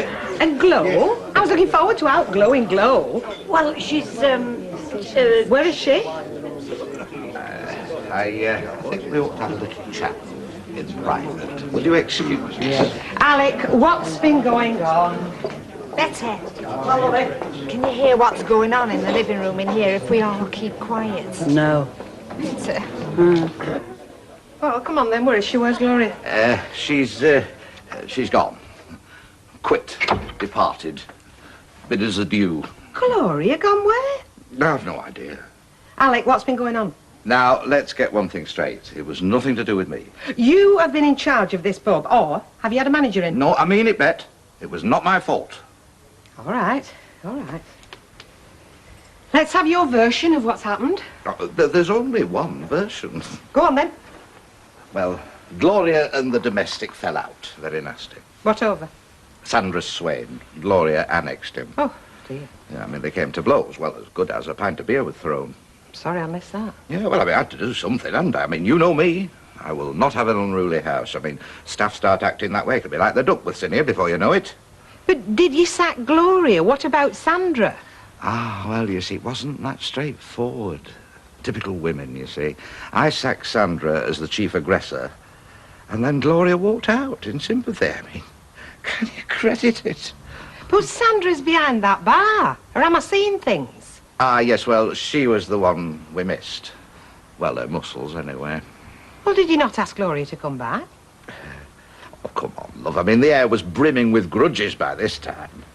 Why didn't you tell me all this over the phone? Well, I didn't want to disturb you, did I, on your rescue? Don't you believe me? Oh, yeah, I do so hate not being believed. You see, I think that without trust and honesty, you can't have a decent marriage. I feel that people who deceive their partners, you know, tell them lies and untruths. All right, Alec, I believe you. I'm very upset about Gloria. I liked her. Well, you're bound to be upset, love, especially after the week you've had, you know, losing pounds of flesh. It's very weakening, you know, is that? How many pounds did you lose, by the way? Oh, a few. How many of a few? A few. Hey, no need to be that tetchy, you know. Now, you see, that just proves you're not yourself. Why don't you just go upstairs and have a nice lie down for an hour? Get your strength back. Oh, yeah, very swish. How the other half lives, eh? Nobody's ever said that about here before. Sit down, Mr. Roscoe. Right. Look, I'm sorry about a performance like hanging up on phone, but things have got to a very crucial stage. Right, well, let's see what we can do, eh? Now then, you were rehoused in Turner House in October, is that right? Rehoused, yeah. 12th floor, eh? Dirty landings, stinking lifts, kids having to play out amongst muggers and sniffers. You wouldn't like it, would you? No, I wouldn't like it at all. Of course you wouldn't. Nobody in their right minds would. But it is a bit better than Murray Street. Well, there's no water running down the walls, if that's what you mean. Windows don't fall out if someone coughs in next street, no. So, couldn't you make it do, just for a little while? I can't, no! I've made it do for the best part of 3 months. Yeah, but that's not really a long enough time to make you a priority, though. It should, though. A day in Turners is like a quarter of a century anywhere else. Look, Mr. Roscoe, sit down, please. All I can do is get onto the housing and try and gee 'em up for you, but you know what they're like. Slow. Well, they're slow, yeah, because they're stretched to the limit. And they do have a priority with homeless folk, of which there's an epidemic at the moment. So just be patient. I can't, though. And I am sure you will get something decent eventually. There's no time for eventually. Well, there has to be, I'm afraid. Why? Because beggars can't be choosers. I'm not just a sod, you know, looking for an easy billet. Oh, well, 99% of people in your position aren't. I know. I've got professional qualifications. Yeah, I know. Yeah, well, did you know I was made redundant in November? No. No. Well, you know now. And I'm stuck up in that bloody coffin in the sky all day with Ange. And we're at each other all the time. Because we had big ideas, me and Ange. Dreams that have come to sod all. And then the kids come home into that atmosphere and it's blazing rows every 5 minutes. And the thing is, the longer it goes on, the less hope I have. I go for a job and I'm a bag of nerves. Slightest negative thing and I flare up and I blow it. And that's not me, counsellor. It's not me. So you see, there is no time, Mrs. Barlow. You've got to do something, haven't you? You've got to. Come on, sunshine, let's march. Hello. Hi. Hey, we're just off into the fray. Yeah, looking for me, a dress. Oh, yes, I heard all about that, you cheeky monkey, you. Well, would you like me to make you something to eat? Oh, he can get himself a butty something, come on. Now, listen, give yourselves plenty of time, eh? Because we don't want any panic numbers cluttering up the wardrobes, do we? No, come on. And Rita, get something for yourself, eh? Oh, you don't have to do I know I that. don't have to, but I'd like to. Get something nice for all those nights out we're going to have over Christmas. Get it in your purse, Rita, before he changes his mind. And listen, no backless, low-cut, split-skirt numbers, okay? Seen one that's all three. On your way, you. See you, love. Have a nice time. We will. Bye now.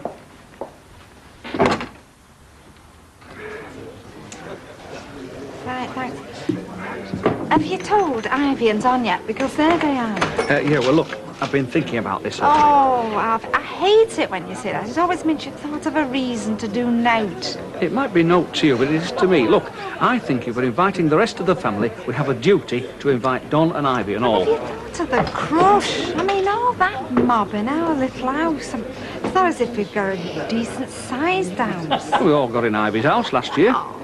But we're bedlam, Alf. Come on.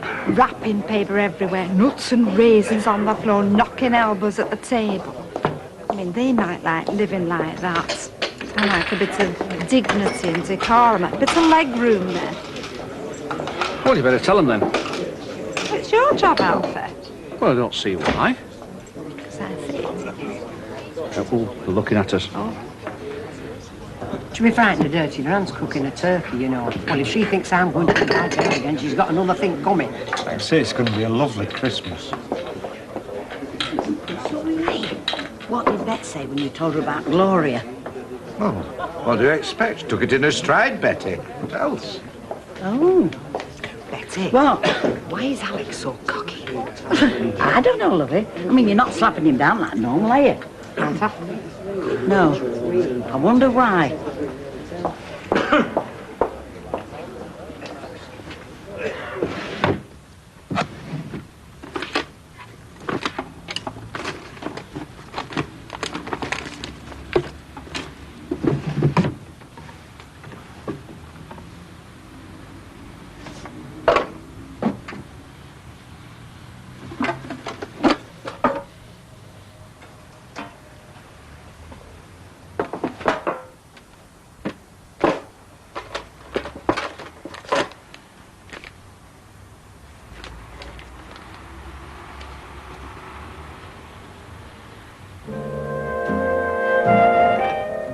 Hi.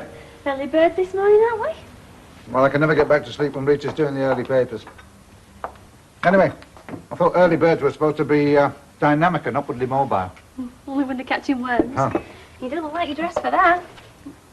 Jenny, I am a businessman. I don't have to spend all my time in overalls, you know. What you mean is Martin's going to be doing all the dirty bits. Right. Well, there's one or two dirty bits I've got to do myself. Why? Take no notice. I'm rambling in my old age. Sounds like it. Caught you. What? Smiling. Don't deny it. It might have been a small smile, but it's definitely a smile. That was because I was thinking about how stupid you are. Yeah, I know. I often smile at the same thing myself. Anyway, look, sorry, love, but I can't give you a lift in this morning. Oh, Dad, why not? Well, I just can't. Anyway, the walk will do you good, all that fresh air and exercise. We have PE this half. That's enough fresh air and exercise. Please, Dad. Sorry. But why? Because I've asked your dad not to, that's why. I want a chance of a quiet word with you. So you're going to walk to school and I'm going to walk with you. So you can give your mum one of those little smiles you gave me, all right? All right, bye. Bye, love. Oh, bye, love. Look, love, I'll say again what I said before. I am very, very sorry that I missed most of your pantomime.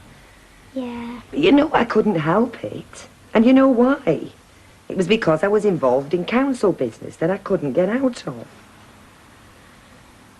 You got a biscuit for break? Yeah. Look, I'm sorry, love, but You're just going to have to grow up a bit.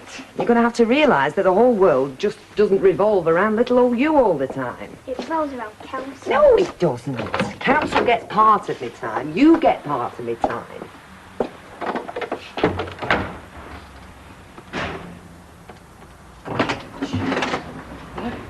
That's quick. Yeah, well, you can't hang about, can you? It's a bit nippy out there. There's your change. Martin. What? Make yourself scarce for an hour or two, will you? Oh, we're not doing that, Garage, Joe. No, we're not. I've got something else on. So go and do whatever you do when you're not working, okay? Oh, I generally stay in bed. Well, fine. As long as you put the alarm on and get back here before dinner time. Go on. All right. See you soon. Hey, listen, remember when I sent you out to get them invoices photocopied the other day? Yeah. Where was that place exactly? Well, you know, halfway down Milton Road, next to the fire station. Right. Did they copy anything? Oh, yeah, it's a big machine. Goodbye, Martin.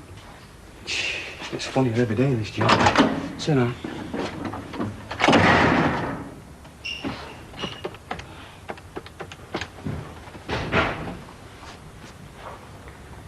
Hello? Yes, I was wondering if I could come in and talk to somebody about getting a mortgage. No, I don't have an account with you. Well, I was hoping sometime today. Is that possible? Oh, she had a wonderful time, you know. Exacting, but worth every ache and pain. Oh, well, here she is. Ask her yourself. Sandra wants to know how you enjoyed your visit to the health farm. Oh, it's great, yes. But what were it like? I mean, I can't imagine myself. It's just something I've read about in magazines. Well, Exacting was the word I used. Oh, they keep you at it, yes. Well, would you go again? I suppose one day, love, when I've recovered. They didn't give you a certificate, did they? You know, to say you'd completed the course with honours, you know, that kind of thing. No. Oh, what a pity. I mean, we could have had it framed and put up behind the bar. Eh? It's what I could do with lose a bit of weight. Oh, you and me, Sandra, we have to rely on hard work for that. But you ask Bet. She might have a few tips about diet and exercise. She's had the best advice, hasn't she? In the meantime, don't stint yourself on those tabletops. Right, Alec. Excuse me. Yes, Betty. I thought Stella Rigby's husband left on our and Bet didn't like that health farm and they moved over to a hotel. True. Why don't you tell her that then, instead of making a talk about it? Oh, I should have thought the reason was obvious, Betty. Well, not to me, it isn't. For her own self-respect, Betty. Oh. She wants us to believe that she stuck it out, you know, endured the hardships and the deprivations, not that she ran off to a comfy hotel the first chance she got. Now, I don't want to make her out a liar. And I hope you're not going to either. Me? Well, I hope I can rely on you to keep our little secret. Oh, yeah, well, if that's the way you want it. Oh, it is, Betty, it is, yes. For Bet's sake, you know. Hello, my love. I was just thinking about your Christmas present. Yeah, I'm torn between an exercise bike and a set of barbells. But don't tell me now. No. Have a little think about it, though. Enemy! Only me and here and all. Hi. Hiya, love. Ah, correspondence time, is it? Mental torture, more like. Still, at least my spelling's improving. Committee, procedure, hygiene. God, I could win prizes. Oh, listen, I haven't put any dinner on. I didn't Oh, it's all right. think about- No, I thought we'd pop into the Rovers. Oh, well, if you're paying. I am. But there's no hurry. You finish what you're doing first. Do I have to?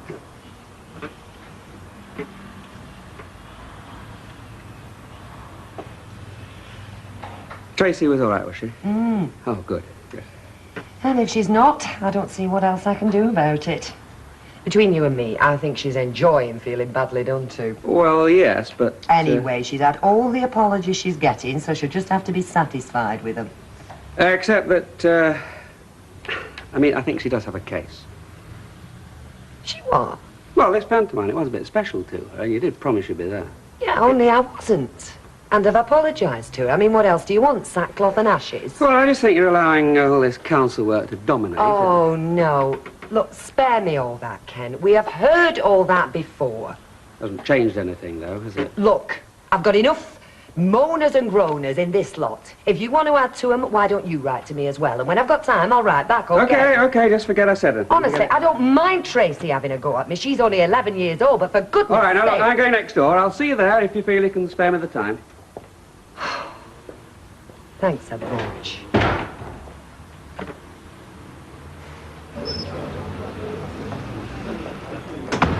Not working today, then? You're as bad as my daughter, you. Just because I'm not up to my eyes in muck. Like me, you mean, yeah, no, we're the ones that do the real work, aren't we? I believe you, honest. Last Scotch, please, darling. Refill that. No thanks, love. No, I've got to be going in a minute, yeah. Where are you going? Yes, Kenneth. Look at Just half a bit of it there. No, I was telling you that. Looking well, isn't she? Eh? Oh, yes, Seen a couple, at least I've had a couple. Best investment you can make, your own health, or in this case, your wife's health. Because it wasn't cheap, was it, that health farm, love? No. No. Still, I don't begrudge a penny. I'd pay twice the money for the good it's done her. 39. It's just a shame she's missed the Olympics. I'd have backed her for a gold.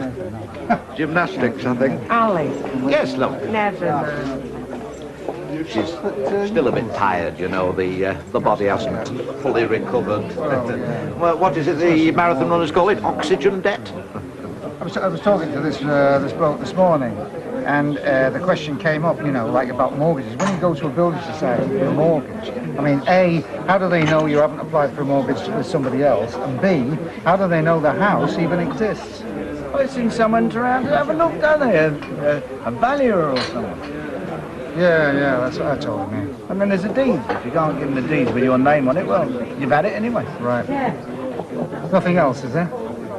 Not as far as I know, no. Yeah, well, that's more or less what I told him, yeah. Well, I better be off. See you. Sure you won't have them? No, I haven't got time. Bye-bye. See you. Bye-bye, mate.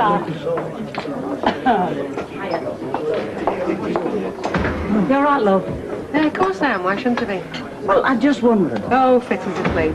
Anyway, I'm going to Russell Halleck up some lunch. Give us a shout if you want. I will, lovely. Yes, Alf. Pint of bitter, please, love. Ken, you want to... Oh, no, thanks, Alf. I'm expecting Deirdre. Well, half expecting. Alf. Oh, hello. Just the man I want. Now, come on, you can't go putting a fellow on the spot like that. I'm not putting anybody on the spot. Christmas. Oh, don't remind me. No, but are we coming to you for his Christmas dinner? I'm only asking because you come to us last year, didn't you? Yes, well, that doesn't mean that you have to go. I know we don't have to. I mean, I'm only asking, aren't I? We've got us plans to make. You see, and there's Don's mother will be needing to know, Alf. Don's mother? Yeah. The spirit of Christmas that never was. All she has to do is walk into your house and all pine needles fall off your tree. The point is that if we don't come to you, she'll be expecting to come to us, you see. God forbid. Anyway, all I'm saying, Alf, is that one way or another, we need to know where we stand. 78p, lovely. Oh, thank you, love. Yeah, of course you do, yeah. Yeah. Well, look, I'll tell you what, I'll have a word with Audrey. Oh, Alf, you don't mean you haven't talked to her about it yet? But what they've talked about is up to them. I know, but Yes, of course I've talked to her, like, but we're nothing conclusive yet.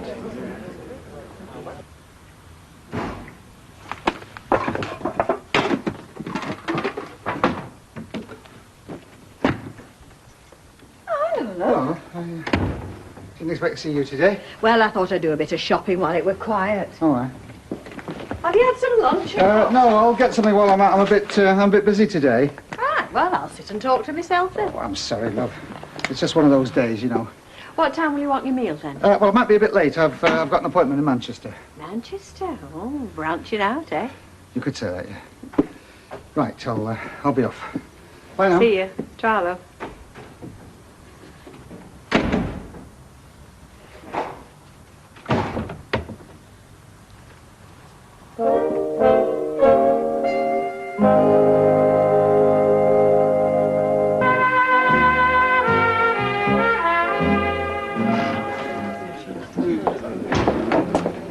Hi. Oh, finish your letters? No, I just left him in the end. Half a lager, please, Betty. Okay, my love. Yeah, well, I suppose you get a bit of a rush just before Christmas, like everything else. You see, the thing is, I'm doing it all from home. That's why you and Tracy are so aware of it. If I went out to an office every day, you'd never think twice about it. Yeah, could be. Anyway, I hope you're going to have a break over Christmas. Oh, yeah, I hope I am as well. Good. Now then, Betty, what's that hot pot of yours like today? Can you recommend it? Not half. Oh, we'll have two then. Okay, though. Thanks. You'd never believe them shops. Honestly, they're like rugby scrums. Folks jostling you. No time to try anything on, hardly. I mean, I almost came away without buying out. Almost. Oh, then I went into Gigi's, and they know me well. You know, they give me preferential treatment. You have to think, they wouldn't all you go in there that often. I'm surprised they're not named one of the changing rooms. Oh, that would be nice, wouldn't it? Sandra, love, bless you, I need this. Stand 85, please. Well, have one yourself. Oh, thanks very much. Oh, hey, Oh. I've had Ivy rabbiting on at me again about Christmas. What are the arrangements? How do you mean arrangements? Well, are they coming to us, aren't they? Well, I hope you told her. Well, I said I'd talk to you about Oh, wow. it. Well, you were very awkward. Look, you have talked to me about it more than once, and the answer's no. No. Nobody's coming to us. They can all go somewhere else. Ah, are you not eating, love? Not just now, no. I'll go and give them to a handout here. You can't fool me. Eh? Give them to a hand. No, I know what it is. They've given you a diet, haven't they, at that elf farm, and you're sticking to it, and you don't want to make a song and dance about it, which I respect. Believe me, I do, Bet, because there's no more boring than folk talking about diets. No. Well, anyway. Well, what about smoking, though? What? Well, I thought they'd have come down very heavily on that. Everybody else seems to, but you're still indulging, I see. Yes, well, I did try to give it up. I seem to have got back on it somehow. Yeah, well, never mind. You can't give up all the habits of a lifetime all at once, can you? No. Have you still got their phone number? Health farm? I thought so, why? Well, I mean, they take men as well as women, don't they? Well, one or two, yeah. I think I might risk it. You? Why not? It's obviously done you a power of good. Let's face it, you've never stopped talking about it since you got back. You've inspired me, Bet. Yeah, you really have. Yes, the more I think about it, the more I'm decided. I'll go for a week. Don't you think it's a good idea? You'd have been pleased with it. We'll talk later. Yes. Hey, I'll tell you what. When I get back, we can go jogging together. Hiya, Stella. How are you? Oh, fine. Alec? Oh, much as usual, why? He knows? Are you sure? And Paul's not joking? You mean Paul actually came round here and told him where we were? Well, the rat. No, not him. Well, okay, might be. He weren't the rat I were meaning. I were meaning the rat I've got here. No, not a word. Except for going on about elf farms every chance he gets. Yes, I suppose he might think it's funny. But he won't do. Not for very much longer. I can promise you that. All right. Any calls? No. You good? Is it? We're not looking for new business anymore. Yes, we are, but not today. Come on, shift. Out. Oh, no, you're right. I suppose you'll only get shirts if I start asking you what's going on. I suppose I will, yeah. Well, what is going on? Martin, what? You know your trouble, don't you? Which one? Your trouble is you were born out of your time. You should have been one of them court jesters. They were always making stupid remarks and risking getting their heads chopped off, weren't they? Does that mean you're not going to tell me? No, I'm not. But I'll tell you this. If it comes off, we'll be expanding the business and I'll be getting the shop I want. You'll be giving me a raise? Well, you never know. All things are possible. What happens if it don't work out then? Oh, well, that's when I get my head chopped off.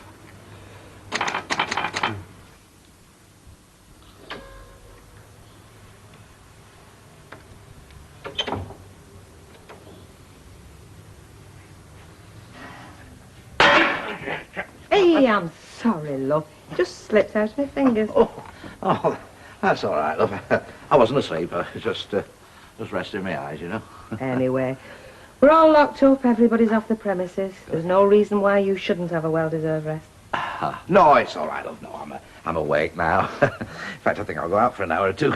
Oh, well, before you do, I've made the booking. You what? For the health farm, the week after next. And I hope you enjoy it as much as I did. Me? Yeah, you. You said how you wanted to go. So I thought I'd give you a nice surprise. Oh, you were lucky. Do you know there'd only one vacancy left? You're joking. Well, no.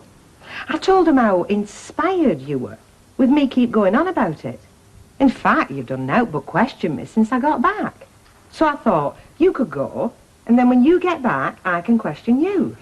I'm going to no flaming old farm. You mean you weren't serious? No, I was not. Rather go to prison. You don't have to pay for that. Oh, well, I'll have to cancel it then. I don't believe you've booked at all. Huh? No? No. Why not, Alec?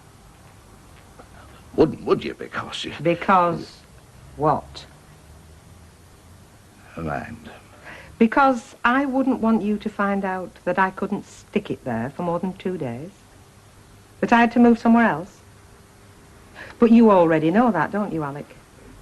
You've known that all along. You've been making a fool out of me, haven't you? Getting your pathetic little kicks out of showing your wife up in public. Get that to tell you about her experiences at the health farm. Have you not got a certificate we could put up behind the bar? That's a very nasty trick you've been playing there, Alec Gilroy. You know that, don't you? I wasn't the one that Making started a public exhibition of your own wife. Hey, just a minute, just a minute. Who came back here making a fool of me, coming back and telling me a pack of lies? Only because I didn't want to upset you. Upset me? Upset me? I were upset when I phoned that place and found you'd disappeared. Why couldn't you tell me on the phone then? Because you'd have gone on about the expense. That's all you'd have thought about, the expense of me moving somewhere else after I'd paid up at Fell Farm. Ah, well, now you come to mention it, Don't there you is that. dare lecture me, because I am disgusted with you. The way you've treated me these last 2 days, disgusted. Yes, and I'm disgusted and all. Disgusted that you couldn't trust me enough to tell me the truth in the first place, that you had to conspire with that daft mate of yours and tell me lies. Well then, we're both disgusted, aren't we? Yes, we are. No, nobody knows. Only Betty, and I mean, I've sworn her to secrecy. The only reason I didn't come straight back here was because I knew you'd be chortling about it. I would not have Of course you've chortled. been chortling about it. You've done nothing but chortle these last 2 days. Pity she missed the Olympics. So, this elf farm, was it as bad as all that? Oh, it was worse. Oh, love, no. No fags, no booze, no food to speak of. Everybody else there were fit, apart from me and Stella, so they concentrated on us. Love, I'm sorry, I am, really.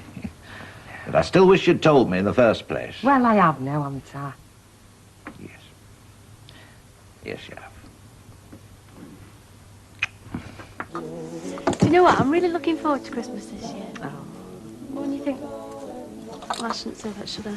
Yeah, say what you want. I wish I could remember how we hung these last time. I mean, when you think back just a couple of weeks to when my dad had gone, I thought it was going to be the worst Christmas ever. I really did. Suppose you thought the same, eh? To tell the truth, I don't think Christmas was very high on my list of priorities just then, love. No, I know, but I mean, if you had thought about it, then... Oh, well, then it would have been horrendous. I agree with you, yes. I thought we'd had it. I thought we'd had it as a family. I really did. I don't think anything could ever be like it were. Not ever again. Well, now you see. Miracles do happen. But only if you want them to. And only if you work at them.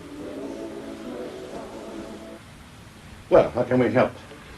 Well, I was hoping you'd see your way to give me a mortgage. That's what we're here for. Would this be on a house or a commercial property? On a house. Is it one you've already found, or are you still in the process? No, I already live there. I already own it, actually. It's just that, well, you know, I need to raise some cash and... I see. And how much did you have in mind? £15,000, if that's possible. Yes, and what would you be using this 15,000 for? Well, I'm in business on my own, you see. Installation of burglar alarms, and I want to expand to the retail side. This would cover the lease of a shop, plus the cost of stocking it, you see. Of course, there was a time when building societies were very wary about business loans. But nowadays, it's a field we're becoming increasingly involved in. Well, that's what I thought. As a matter of fact, I saw your advert, actually. Glad somebody does. We would, of course, need evidence of your income. Perhaps a letter from your accountant, or... Ah, well, I haven't exactly got together with an accountant yet. You see, this is my first year of trading. I put this together. It's, well, it's a sort of summary, you know, from when I first started up until now. Fine. It's just a matter of making sure you can meet the repayments. And you're not using the house as security for any other loan? No. Is it in your name alone, or? In my name, yes. Makes it simpler. I've got the deeds here, actually. Well, we don't need those yet, not until we approve the loan, but I'll look at them. Do no harm. Weatherfield? Yeah. But you haven't gone to our local branch? No, I was in this area, you know, and I thought. Oh, I'm not complaining. Makes no difference in the long run. Well, I see no reason why we shouldn't at least set the wheels in motion. I think the best thing we can do is fill in the application form and go from there. How long do you think it'll take, you know, like assuming everything goes all right? Difficult to say this time of year. What, with Christmas coming in? Can't see us getting very far before New Year, but if we try and get a valuation as soon as possible after, well, then it should be 2 or 3 weeks after that. Fine. In a hurry, are you? Well, the sooner the better. You know how it is. Sure. Let's make a start then. The address is number 7 Coronation Street. Yes. Weatherfield. Yes. And the name is... Fairclough. Leonard Fairclough.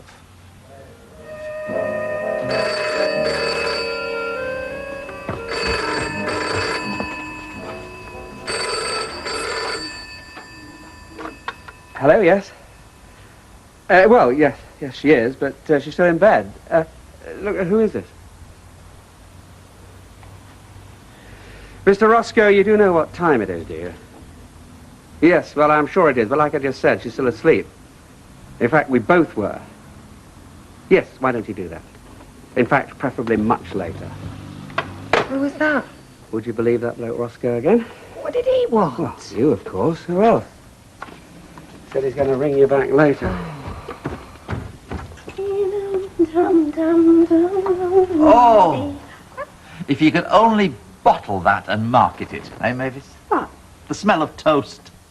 Oh. And someone else bringing it to you when you're lying in bed of a morning. I'm beginning to think I spoil you, Derek Wilton. Only because it gives you pleasure. Well, you might as well enjoy it while you can, because by my reckoning, you've only got another 2 weeks. Before what?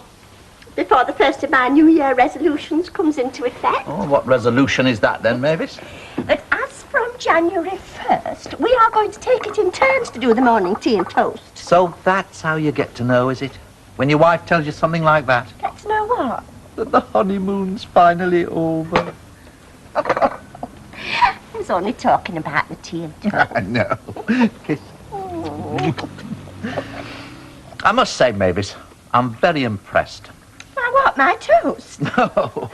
No, the job you've done on the flat. Oh. It's most Christmassy. Well, it's our very first Christmas on our own as man and wife. It's very lovely, though, Mavis. Well done, you. Thank you. You, kind sir. In fact, seems almost a pity to waste it, doesn't it? Waste it? Well, on just the two of us. Well, I wouldn't call that wasting it, Derek. No, but don't you think it'd have been nice to be able to share it with a few people? What people? Oh, well, don't you think it'd have been nice, Mavis? To have a few people in for drinks over Christmas? Derek, I was looking forward to having our first Christmas just on our own. But Mavis will have the whole of Christmas Day to ourselves. Oh, no, we won't. We won't? No, we're going to Emily's for Christmas dinner, remember? Oh, yes, I'd forgotten. I still fancy having a bit of a soiree. On Christmas Eve, perhaps. I mean, you are, after all, going to have to get used to a certain amount of this from now on. Of what? Entertaining. It does rather go with my position, you know. Oh, I suppose so. So, I mean, what you were thinking of was more of a work to do, then? Well, no, I mean, you're entirely at liberty to invite a few of your friends, too. Oh, thank you very much. Seeing as it's me, presumably you'll be getting it all ready. Yes. Well, what sort of people were you thinking of asking from the office, then? Thank you. Oh, a pretty carefully selected bunch, Mavis. And, DP, of course, general manager, a man in whose hands, you might say, my entire future with the firm lies. Oh, I see. When are we going, Mum? When I'm ready, Tracy. When, though? Well, for starters, when I get this place put back together again. So if you're that keen on speeding things up, why don't you make a start on those videos you've left lying all over the floor? All right, Christmas shopping then, are we? Oh, if we ever get there. So why don't you have lunch in town next day of it? I can't, Ken. I'm seeing the housing manager at 2. Housing manager? Yeah, about Brian Roscoe. It's my last chance today to nail him before they all start shutting up shop for Christmas. I see. What was that for? What? The shake of the head. You know, you really are turning into the softest touch for every lame dog in Weatherfield. You do know that, Deirdre, don't you? Oh, I see. You mean you think I should just turn the other way when somebody's in trouble, do you, Ken? Just because it happens to be this close to Christmas? You can't solve the problems of the entire world, dear. And I am not going to try, Ken. I leave that to you blinking journalists, don't I? Look, all I am trying to do is get one poor beggar and his family sorted out with some decent accommodation this side of Christmas. Now, just tell me, will you, what is so wrong with that? Nothing wrong with that at all, just so long as you do remember. Remember? Yeah, the old adage about charity beginning at home. Bye.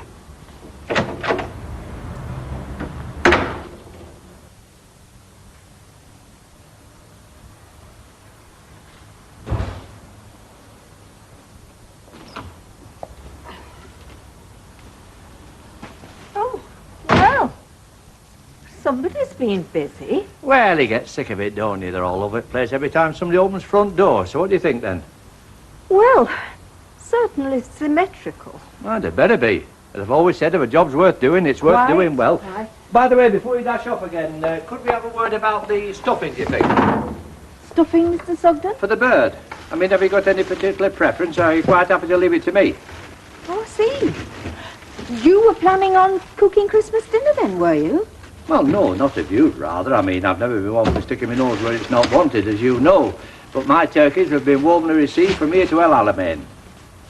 Well, in that case, I'll leave you to it then. Right. See you later. Right. Bye. Bye.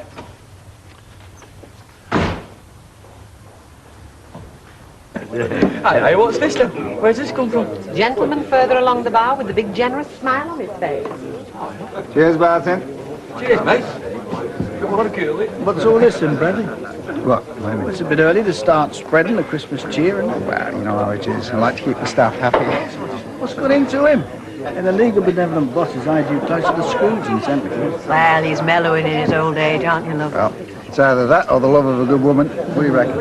Hey, there's a seat over there. Let's sit down. Yeah, all right. But will he get there all right? I mean, before Christmas Eve, all the way down to London. Of course, in any case, our Gordon and the children are always at the bus station, you know. Oh, well, rather you than me travelling all that way before Christmas Eve. Oh, give over. I mean, you're saying that now, Sandra. I mean, you wait till your Jason gets married.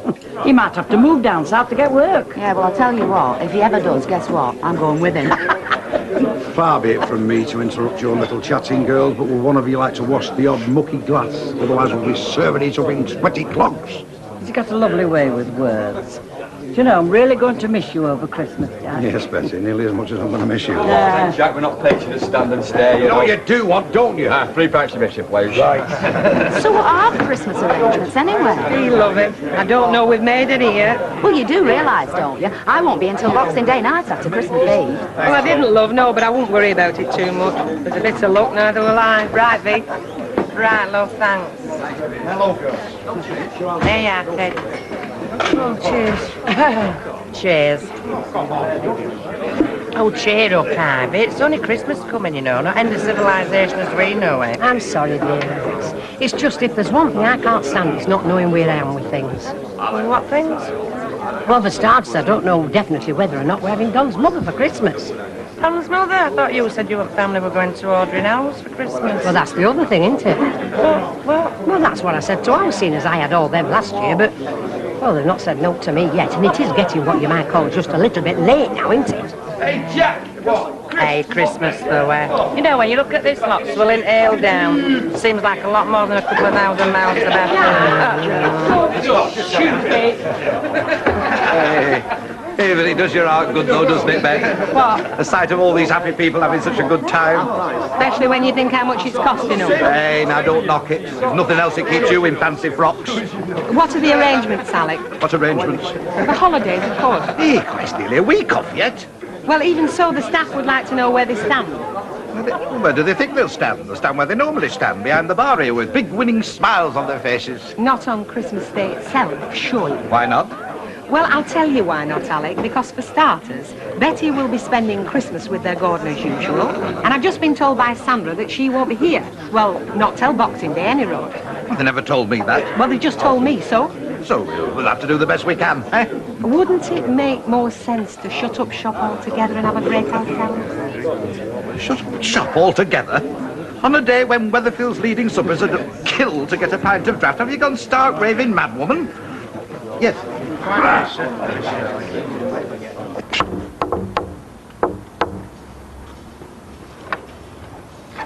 Hello. Hello. My name's Roscoe. I'm a friend of your mum's. She's in, is she?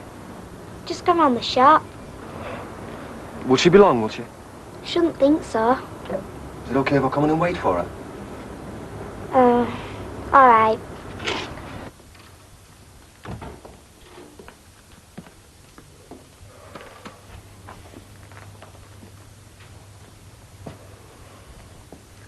Okay, if I sit down for a minute.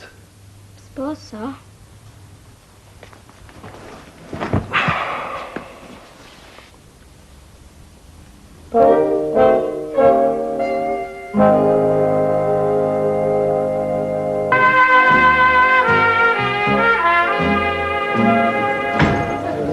Can I have half a bit of luck, please?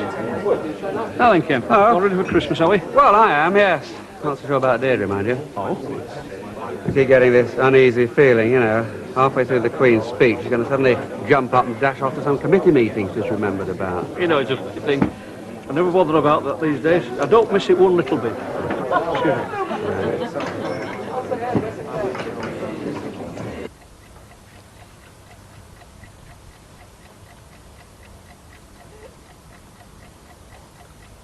So what's your name, then? Tracy. Named after Spencer, were you? No.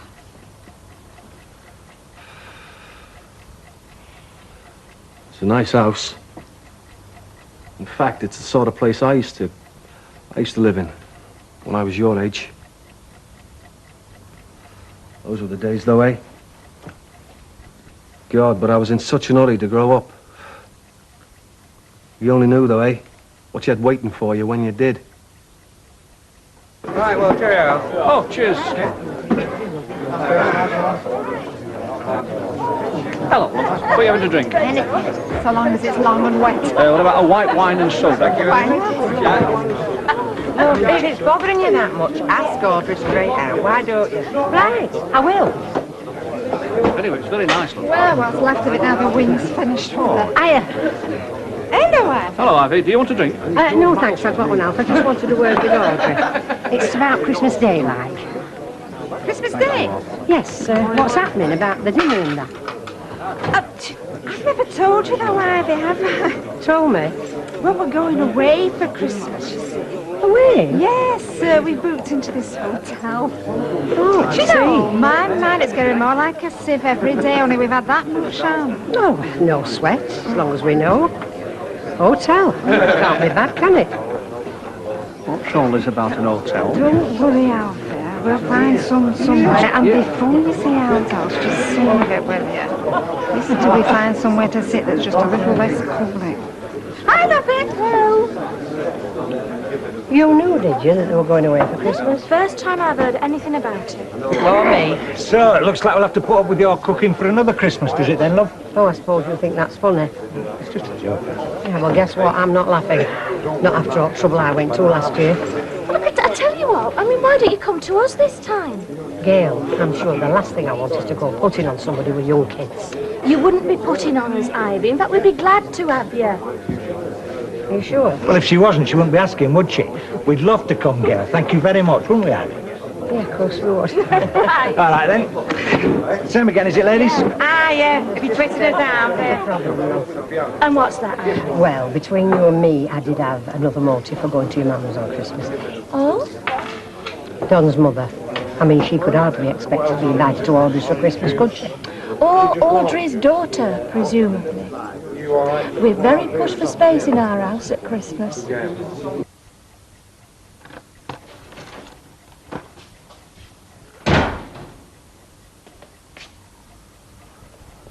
We spoke on the phone.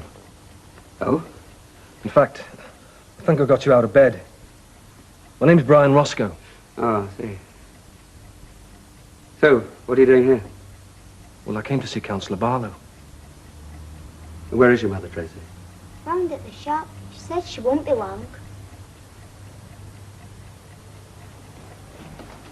So she doesn't know you're here, then? No? But she was expecting you, presumably. Well, not really. I just called round on spec like case she was in. Only as you can see, she isn't in, is she, Mr. Roscoe? So to put it bluntly, what are you doing here? Your daughter did say I could come in. Did she? Well, she had no right to. I'm sorry, I don't know All right, well, let me spell it out to you. If you really wanted to see my wife, I thought the least you could have done was to phone her, warn her you were coming, find out if, in fact, it was convenient. You do have access to a phone, do you? I did ring. Oh, this yes, morning. I remember. Yeah, whilst you were still in bed. I also remember telling you to ring again, so why didn't you? Look, this is urgent. Yes, all the more reason I would have thought to give some sort of advance warning if you did propose to suddenly drop in on us like this. Right, if that's your attitude. Have you got out of your mind? Letting a complete stranger into the house like that? He said he comes to see Mum, Well, of Dad. course he did. They do, don't they? Oh. Men. Complete strangers. Who inveigle their way into houses where kids have been left on their own, so... Now, don't you ever do that again, do you hear? Whoever they say they've come to see. Do you hear? Now what's going on? Well? Right. Alec, for the last time I'm telling you, there's no way just the two of us can cope, not if we're busy. In fact, lover, one of us isn't even prepared to try, not without help. So I'll get us some help, right? What, on Christmas Day and this sort of notice? You must be joking. Well, we'll see. All I want to know is when it was decided. I mean, because as far as I'm concerned, nothing was ever mentioned. I'll tell you when it was decided on. When it finally came home to me, just what are involved, catering for that lot. Not to mention all the fun it was not going to be. We did go to Ivy's last year. Oh, so you've said 1,000 times. Whose idea was that anyway? It certainly wasn't mine. Well, it's all right for you. It was me who's got to spend all Christmas Eve getting it ready. So, are we going away, aren't we? Don't suppose we've got any choice now, have we? I mean, what's been said can't be unsaid. I see. Oh, come on. Where do you want to go?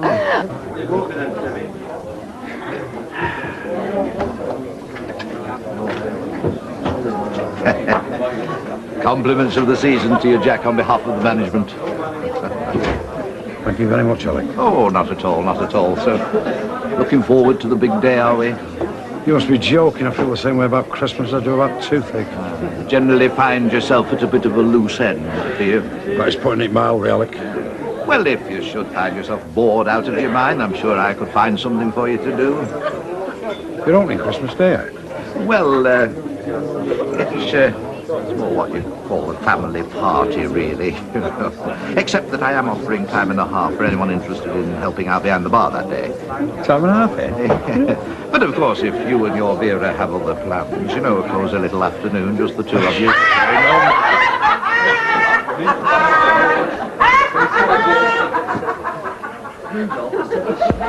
You won't like to make it time 3/4, would you, Alec? I'm sorry, Jack. No, time and a half's the best I can manage.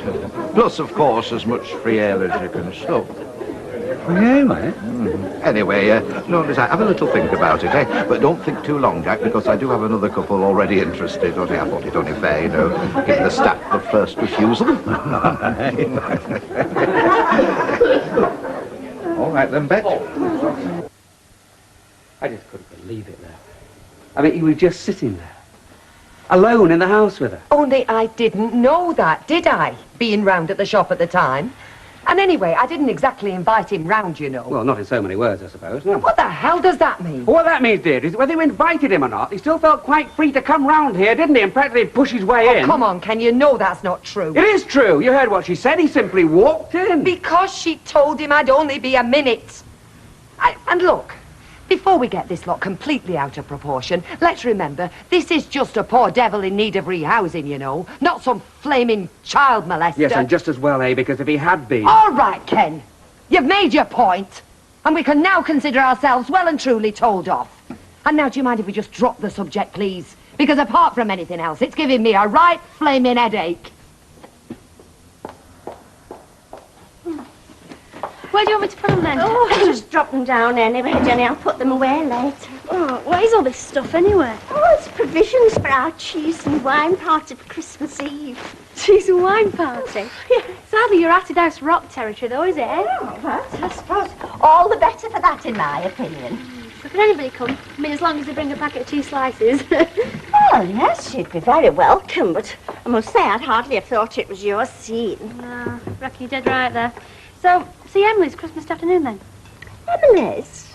Well, did Rita tell you? We've all been invited as well. No, she didn't. Still, more the merrier, I would have thought. Yeah, in fact, I reckon that's what it's all about, myself. What? Well, I mean, wouldn't you want to surround yourself with friends if you were facing the prospect of Christmas Day with Percy Sugden? What was that? Only me, darling.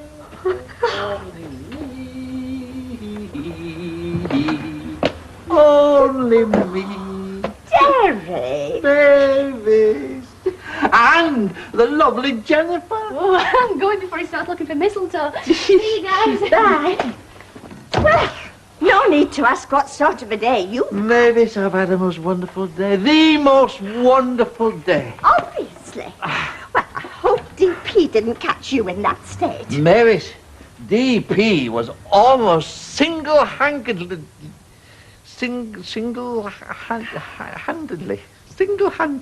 responsible. How do you mean? I, Mavis, have spent the last 2 hours in DP's own little private office with a few other people, being plied with drinks from his very own drinks cabinet. Oh, Derek. Little thank you, Mavis, for my sterling work over the last 12 months. He's like that, you know, is DP. Man of generous and impulsive gesture. And great news, Mavis. You've got a rise. No, he is coming, DP, to our little soiree. Oh, heck. And in fact, Mavis, with DP's very own conglomerates. Oh, well, Derek, that's very nice. So I keep telling you, Mavis, he is very nice. One of nature's gentlemen. Well, I suppose I better pop it in the fridge then. Why not, Mavis? Why not?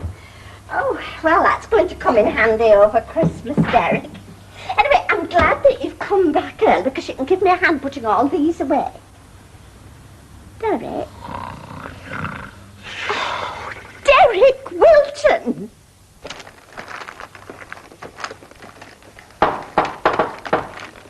I'll go. Oh, thank you, love. Hello, Tracy. Mom. Oh, hello. Councillor. Come in.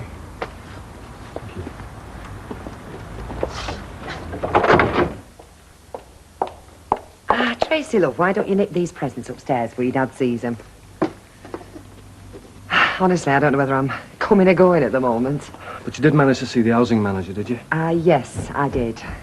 I'm afraid the news isn't good, Mr. Roscoe. It isn't. I can't see them being able to do a thing for you. Not this side of Christmas, any road. So where's that leave me, then?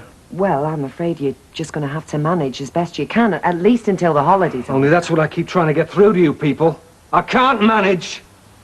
I have to get out of that flat. I have to. Mr. Roscoe, I do understand how you must feel. No, you don't. I think I do, you know. You don't. Because if you did, you'd do something. Look, I am doing everything it is possible to do, believe me. Then it's not enough, is it? It's just not enough. Look, Councillor, my marriage is breaking up. My life's breaking up. Nobody seems to care. Nobody seems to bloody care. I care, Mr. Roscoe. No, you don't. Not really. You can't. Because if you did, you'd do something about it, wouldn't you?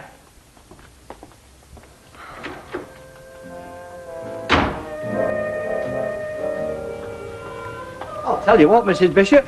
Since I took over, that backyard's a picture. Mind you, Kenneth wants telling. Gets a cold snap, he never sticks his nose out. Mr. Sugden, the way Kenneth keeps his yard is none of our business. And do remember, both he and Deirdre have a lot on their plates. Oh, I'm not saying they're shiftless. Well, that's good of you. It's worth a mention if it's properly worded. There'd be no offence. In fact, I'd offer her assistance. No, I really wouldn't advise that. Oh, don't worry. There'll be tittle pink and I shan't be charging. Mr. Sugden, you're not going round there now, are you? Why not? Job wants doing. I mean, you leave that muck that Jack does Duckworth pigeons make. But what about our Christmas dinner? Well, shopping's done and all the commodities are there, you know, and I thought perhaps you'd like to do it. But you had it all planned. I must say, my mouth was watering. Happened, but on reflection, you know, with there only being the two of us, I'm more used to numbers. Mr. Sugden, there's been a change of plan. I've invited company. Eh? I've invited Rita, Alan and Jenny, and Mavis and Derek. Oh, well, if that's the picture. It's hardly the 8th Army, but still, I think we'd better get our sleeves rolled up. You won't be bothering the Barlows, then, about their yard? No, check the stores, have you? So we'll not be seeing you tomorrow then? No, how many times must I tell you? Christmas Day's out. Not even for cleaning? Well, if I come in cleaning, I might as well wait on. Not even if I dangle double time in front of your nose? I'm sorry, Alec. No, not for crown jewels. I'll come in tonight and do me stint, but that's it. I've had Jason to think of, you know. Yeah, what's the use? Try and do your best before you put on a service. I could mind to shut that door right now and retire to back room with a bottle of scotch for duration. Here's another skiver and all. Disloyalty thy name is, woman. Oh, get that off a Christmas card, did you? Or have you been pulling your cracker a bit previous? You wouldn't get away with this, you know, if you sang in a choir. Oh, Alec, Bet knows I always go to our Gordons. In any case, you're very lucky I've come in this dinner time. I've got to catch my bus at 5 to 6. Go on, catch your bus. Leave us in the lurch tonight and all. Do you know, I'd have more success touring Iceland with a gang of strippers. And I'm talking about open-air gigs. Oh, God. Hey, up, Betty, look. You've been upsetting his nose, have you? He can please himself, lovey. Barney, it's a doddle, it's Christmas. For you, maybe. I should cocoa. Time and a half, 3 ale, no earache from our Vera. And all I've got to do is make sure Bet doesn't get me under the mistletoe. All right. You'll have your work cut out, just you and Jack. Manning the ramparts on Christmas Day. Oh, Bet, be sensible. I am being sensible. There's no way I can cook a dinner and be behind that bar. Well, who's bothered about a dinner? Well, as long as them tills are open, I'd be happy with a tin of beans. It's time some of us put our hands up. I said no to all this greed and expense, all this good money being chucked down grid. Oh, pardon me. I get it now. You're doing a penance. I thought you were just a grabber. Oh, well, in that case, I'll press your hair shirt and get the bed of nails hurt. Oh, come on, be serious. Now, can I expect you behind that bar tomorrow or not? Of course you can, love. I mean, now I realise it's a crusade. And you're right. I mean, folk are far better chucking the brass across our bar. Who wants the grids blocking up? Anyway, beans on toast is no trouble at all, is it? No. We've established that this bulb is okay, right? So, this is the process of elimination. Take each one out, put this in its place, and when we get to the dud one, whoosh, we have liftoff.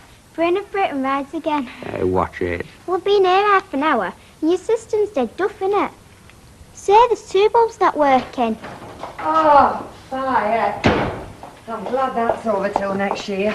Bye, bye, bye. Makes you wonder where all the folk get their brass from. Oh, Tracy, love, be an angel, will you? Put the kettle on. All right. Oh, they've not conked again. Well, Christmas wouldn't be the same if they didn't. Bet you sabotage him, don't you, Dad, just to show off? You've got him banged to rights there, love. Oh, listen, I bumped into Emily while I was out. We were talking about Derek and Mavis's little do. Apparently, she's leaving about 10 o'clock, so she's offered to pop in and sit with Tracy while we have the last hour or so. You've not forgotten we're going to Beatty's for tea? No, but we'll be back before 10, so I thought, why not be devils? Ah, Eureka! We have liftoff! Spaceship? Oh, for Pete's sake, they've gone again. You need new bulbs, Ken. Yeah, all right, fair enough. You win. New bulbs it is. Good thinking, Batman. Oh, and electric bulbs, Ken. Don't come back with a dozen gladioli. The correct term is fairy lights. I'll see you lot later, and don't touch that tree. More presents, who are them for? Well, do you remember that chap who was here the other day? Him I shouldn't have let in the house. Yeah, that's right. Well, he's got 2 little girls, you see, and I don't think they'll be getting very much this Christmas. So, I thought I'd pop these round on Christmas morning. Dad won't like that. Well, we'll have to see, won't we? Hey, listen. I can do the work. If you're short-handed, I'm your man. Give us a trial. I'll do you an hour on the pumps. Oh, sorry, you know, with it being bar work, money being handled and so forth, I'd have to know you. Well, all right, I don't come in here, but I'll tell you why. I've got a wife and 2 kids and an house of collar. This here's me Christmas drink. Well, have another on the house, eh? Look, I don't want another. I want work. Look, you've got work. I heard you moaning. 10 notes I'll do you the day, eh? Look, I'm sorry, I'd need references. References? Fine. How's about the councillors? Well, the councillors do you. Councillor lives up the road here. Yes. Hey!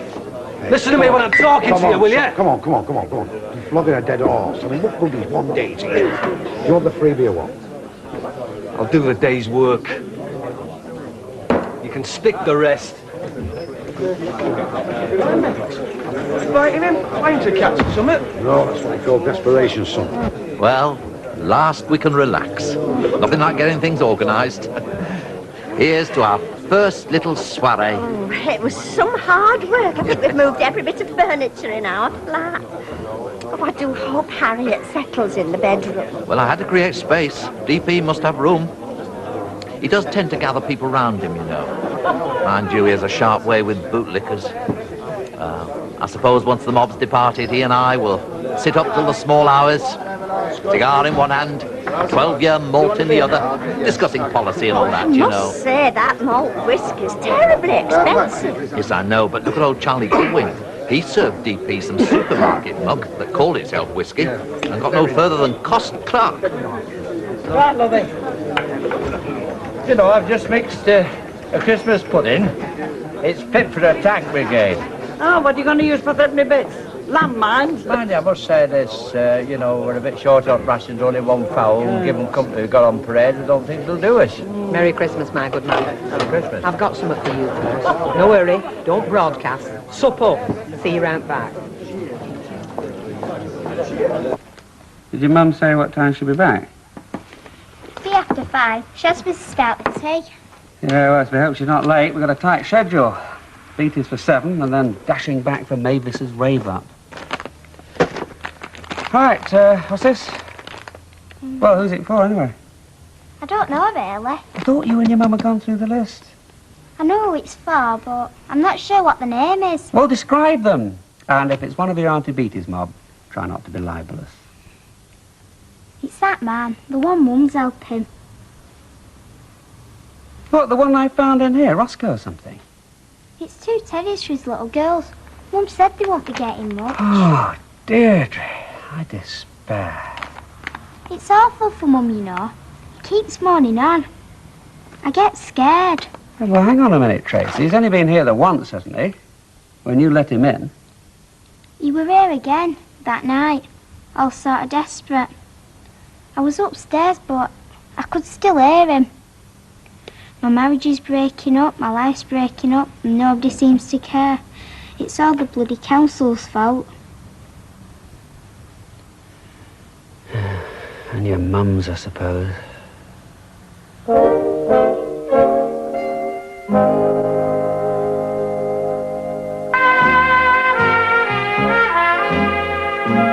Look, Deirdre, for the umpteenth time, I'm not objecting to the present. How could I? What gets my goat is that you seem to be such a soft touch. These people feed off you. And this particular specimen doesn't seem to be above the worst forms of emotional blackmail. Come off it, Ken. I can do without claptrap. I'm a counsellor. I have to care. But you can't be a crutch to all these hopeless cases. Look, the man's had illness.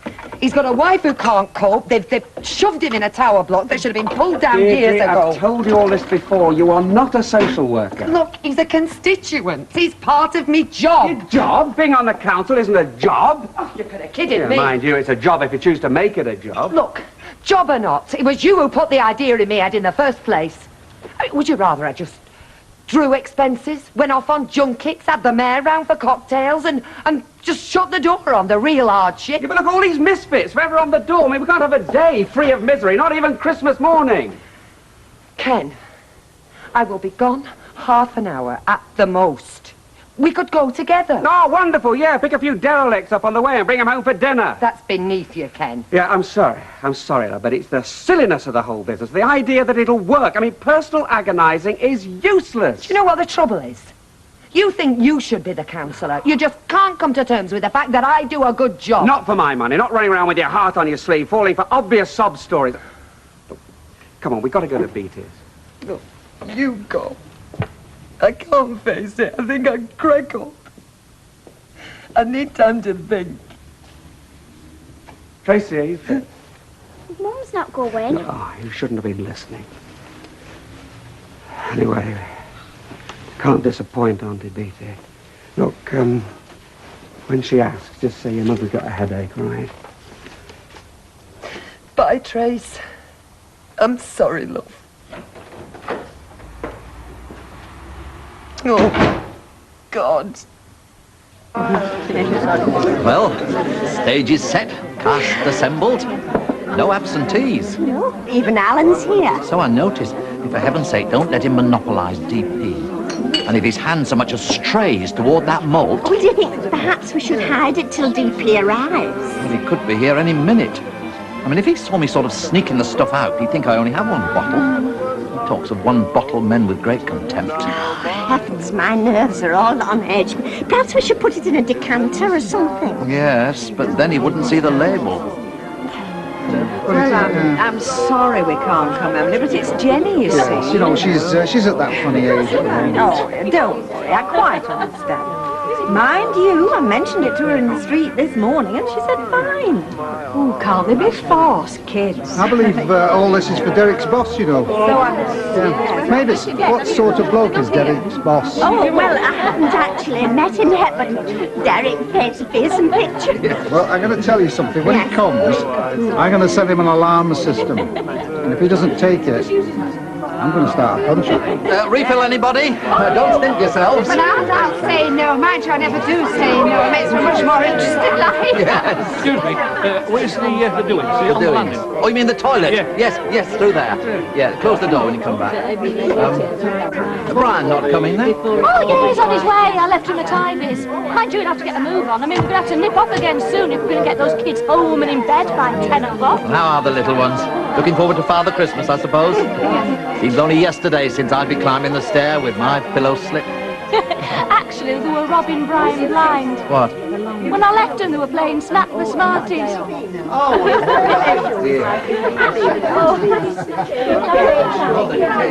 Why, heck, that's a drop of good stuff. You wouldn't need much under your kilt with the noggin of that inside you. I'm sorry, Mr. Sutton, I'm afraid we can't help that. Beg your pardon, why not? You can't be round or something. No, well, we're keeping it for the toast. Carry on swinging. It's only DP. Oh, well, how did he get through? Sure. I don't know. Tell you. Don't get short, you get locked out. I don't know. Shall we? Another false alarm. What time is Stu to start the dancing? Hiya! Hi! Merry Christmas! Sorry, love, I was miles away. Are you waiting for Ken? No, he's gone visiting. Tell you the truth, we've had words. Oh, I'm in here to try and cheer myself up a bit, but it isn't working. Well, I'm not being nosy, love, but there's something I can do, you know. It's me council work. I keep getting involved with these hardship cases. Too much, according to Ken. Any road, the upshot is there's this family. I've got the couple of kids, a couple of Christmas presents, and I was going to take them round on Christmas morning.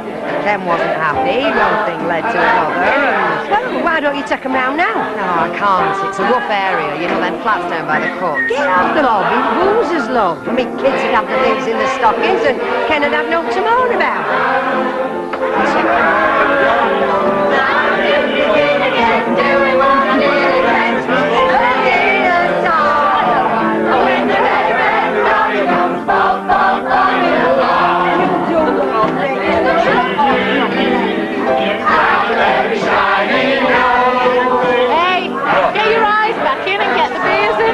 Being dandy. It's worrying about all these lads. It's fancy.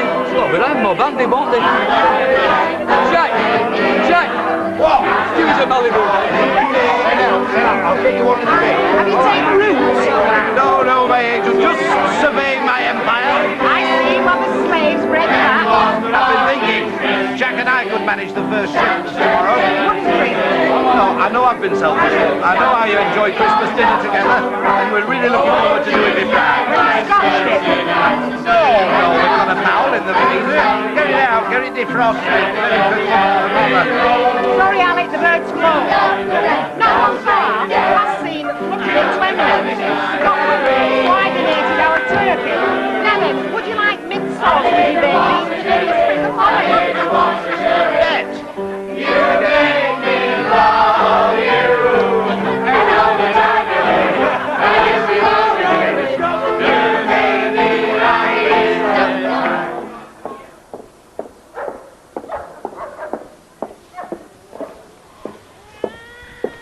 It's me.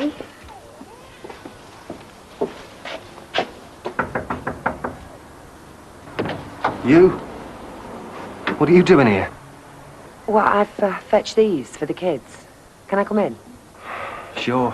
Why not?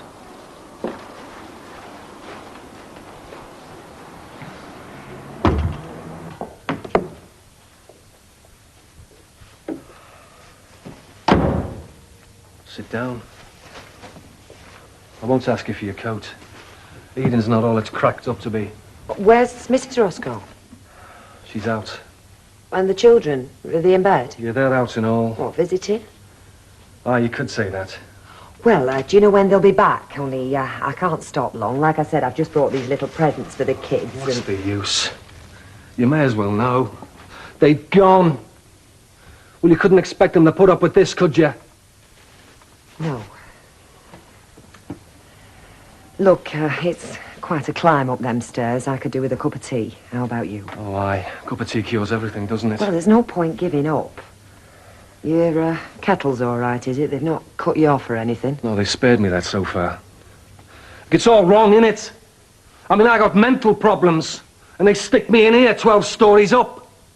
Me Christmas gyro doesn't come through, and Angie runs off with the kids to her mother's who won't have me in the house. Are they trying to tell me something or what?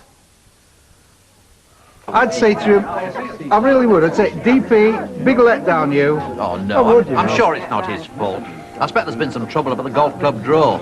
He is president, you know. I agree with Alan. I mean, I think it's unforgivable. He should have let you know. He could have phoned you, Derek. I mean, after all, he was the guest of honour. I know, but I'm sure there's still time, maybe. DP can fit us in.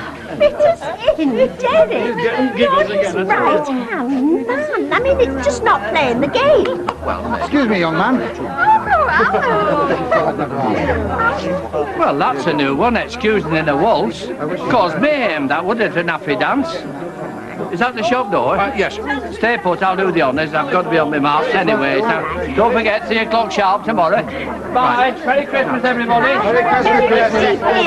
I'm sure it is. Who else? Well, it could be Ken and Deirdre. I mean, Emily's only been gone about half an hour. Well, at this time, they wouldn't have the cheek. Well, look, we need some new glasses out and some ice. Right, you get that out. Now then, Herbie, where are all the dancing girls? Hiya, Ravens! I managed it. Hey, I bet you're chuffed out. Your Ivy said he needs a few swingers, so here I am. Our Jack's on his way. Oh, I see swapping started already, has it? No wonder first the Sugden were leaving, yeah. What you got with... Oh, no, not that. But we all chuffing shops brought one, didn't I? Don't feel free. It's cooking, Sherry. Oh, stop moaning. That's just for starters, our Jack bringing a crate. Plus the odd body, you know, to make the numbers up. Oh, New Derek. team. Derek, by the way, that was your boss, DP. He's not coming. Right. Hey, knees up starts here. Never mind, Derek. Perhaps it's all for the best. Deirdre, we're back, love. Sorry we're late. Mom? You in bed? Just run up and see her. Oh, Karen, I just heard your car. I called about half an hour ago on my way home from Mavis's, and there's nobody in. Yeah, I'm sorry, you know what these family gatherings are like. It wasn't easy getting away. Like, you're not going to Mavis's then? No, pity, but with it being so late. Oh, right. Merry Christmas then. Same to you. Bye. Mum's not upstairs. Was that Auntie Emily's mum at Mavis's party? No, seemingly not. Where is she? She would have gone far, love. She'd have met some friends, probably from the council. You had a row, she's run off. Now, don't be silly. Come on, we'll make some supper. Put the presents by the tree. She'll be back before long. Look, Brian, I've got to go now. Oh, stay a bit, will you? I'll make some more tea. I can't. I've stayed longer than I meant to already. Talking helps, you see. We've talked for over an hour. An hour? There's 24 in every day. Once you've gone, all I've got is silence. Even the telly doesn't work. Look, I've got to walk home, you know, and it's not safe in those streets. Not safe on those stairs either, eh? Without your specs. Hey, give them here. I like 'em. Were they expensive? Well, they weren't cheap. Nothing cheap about you, is there? Not even your chat. You fed me a first-class line and old cobblers. Look, Brian, I did my best for you. Now, would you give me my glasses, please? Don't be stupid. Oh, yeah. Stupid. Hopeless. Pathetic. At least I'm not four-eyed. You're like a big kid. Yeah. Just a game. Grab the glasses. It's the only game I'll be playing this Christmas. Thank you. Now, I really must go. Oh, is that fair? Is that right? I mean, I'm on my own, and why? Because you and your sodding council wouldn't get their fingers out. We've been through all this. I am doing everything I possibly can for you. And I'm so grateful. I'm inviting you to spend Christmas here. Oh, no. I'm spending my Christmas at home.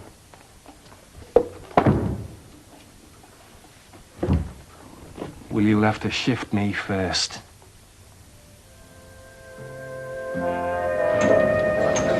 Ash? Yes. Take a turn outside. Yes, it is. Right, you just sit there, love. I won't be a minute. I want to come with you, Dad. I know, but look, I'll just be talking to that policeman then. I won't be long, all right? Now, come on, where do you live? My dad will kill me. No, he won't. Come in here. Yeah, but had he locked it? What the hell's he expecting? Yeah. Right, yes. Yes, sir. What can I do for you? My wife's missing from home. I see. Is yours good? Yes, I don't want to get frightened by hearing what I'm telling you. She's better off home in bed. Yes, I know that. Well, I can't leave her alone in the house, and like I said, my wife is missing. Aye. Well, I'll have some details. Oh. Where's Mum gone? Yes. I told you to sit there, love. I want me Mum.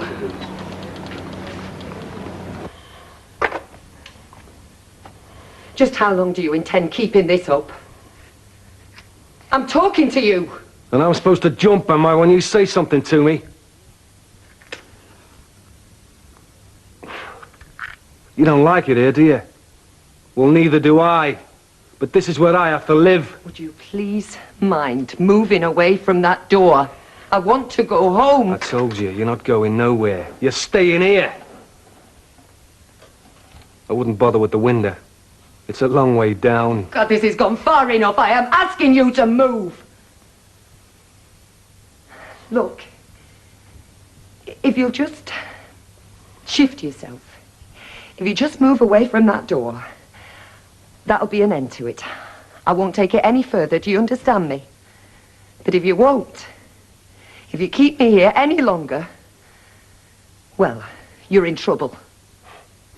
I'm in trouble anyway. A bit more doesn't matter.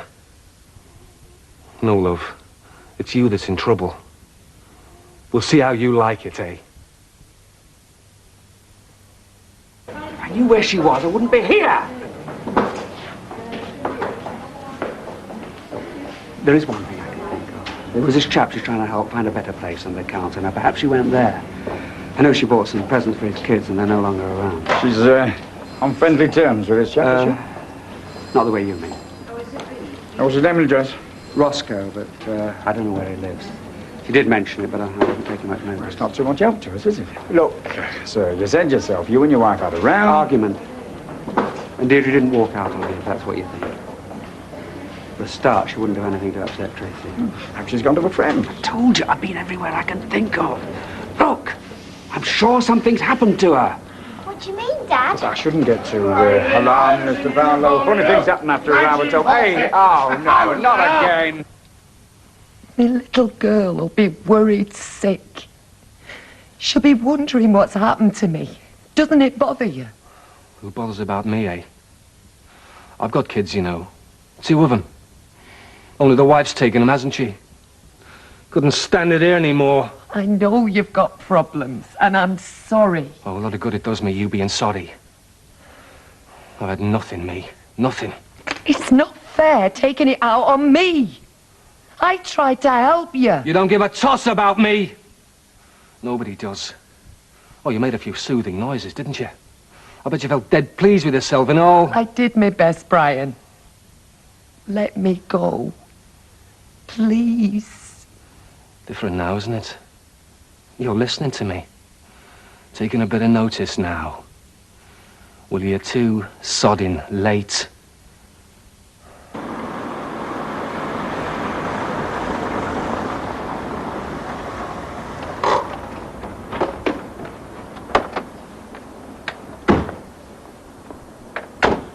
All right, come on now. There's a light on, Dad. I bet it's Mum. I left the light on when we came out. It's Mum. Mum! She's not here, love. I want me Mum. Where's she gone, Dad? I don't know, love. I don't know. Well, the same when I was at school. If you were well in, you were all right. Hey, I'm talking to you. It's 4 o'clock in the morning. Let me go, please. My husband will be frantic. So it'll teach him what it feels like. Nobody's ever helped me. Never. I've had noughts all my life. When I was a kid, we lived like rubbish, but this is worse, this pig-hole. How would you like it, eh? Toiling up them stairs. Because you can forget that lift. You don't know you're born, you lot. So what do you take me for? You go on as if I were Princess Di or something. You've seen our house. It's just a little terrace. It's a damn sight better than up here. You're all right, you. Husband's got a good job, hasn't he? And you playing at being a councillor. Lady Muck, helping the peasants. So we're just ordinary people, me and Ken. No different from you. We come from round here and all you know. Listen, you think you're the only one with problems? I was married before, and my husband cleared off and left me with a little girl to bring up on my own. Are you listening to me? I'm finished with listening. And I'm finished with people like you. You're part of the system for keeping people like me down in their proper place. This pig hole! I begged and pleaded, didn't I, with the council? Just a proper place, that's all I wanted. Just a decent home. I am sick of hearing what you want. You. You keep moaning and whinging about what you haven't got and what you've never had. Well, hard luck. Take a look at the rest of the world. Watch it on your telly. Half the world doesn't know where its next dinner's coming from. This flat, they'd think it was heaven. All right, so it's not. But for God's sake, stop moaning and whinging and blaming everybody else. It's not them, it's you. You can't talk to me like that. I just did, and now I'm going home. You're staying here? I am hell's like. I have had just about all I can take off you. And if you want to stop me, you'll have to kill me. What are you doing? I'm going to throw your TV set through the window. It's here.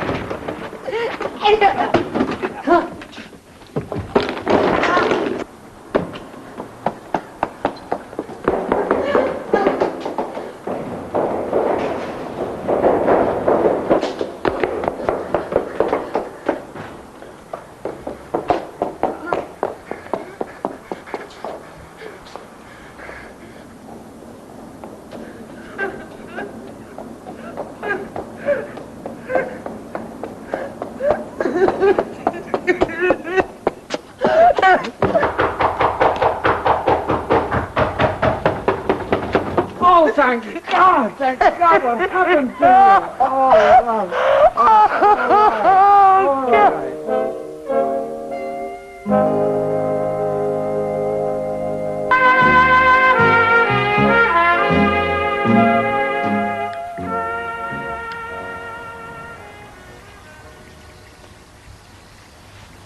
Merry Christmas! Oh, you nearly made me spill my medicine then, Mavis.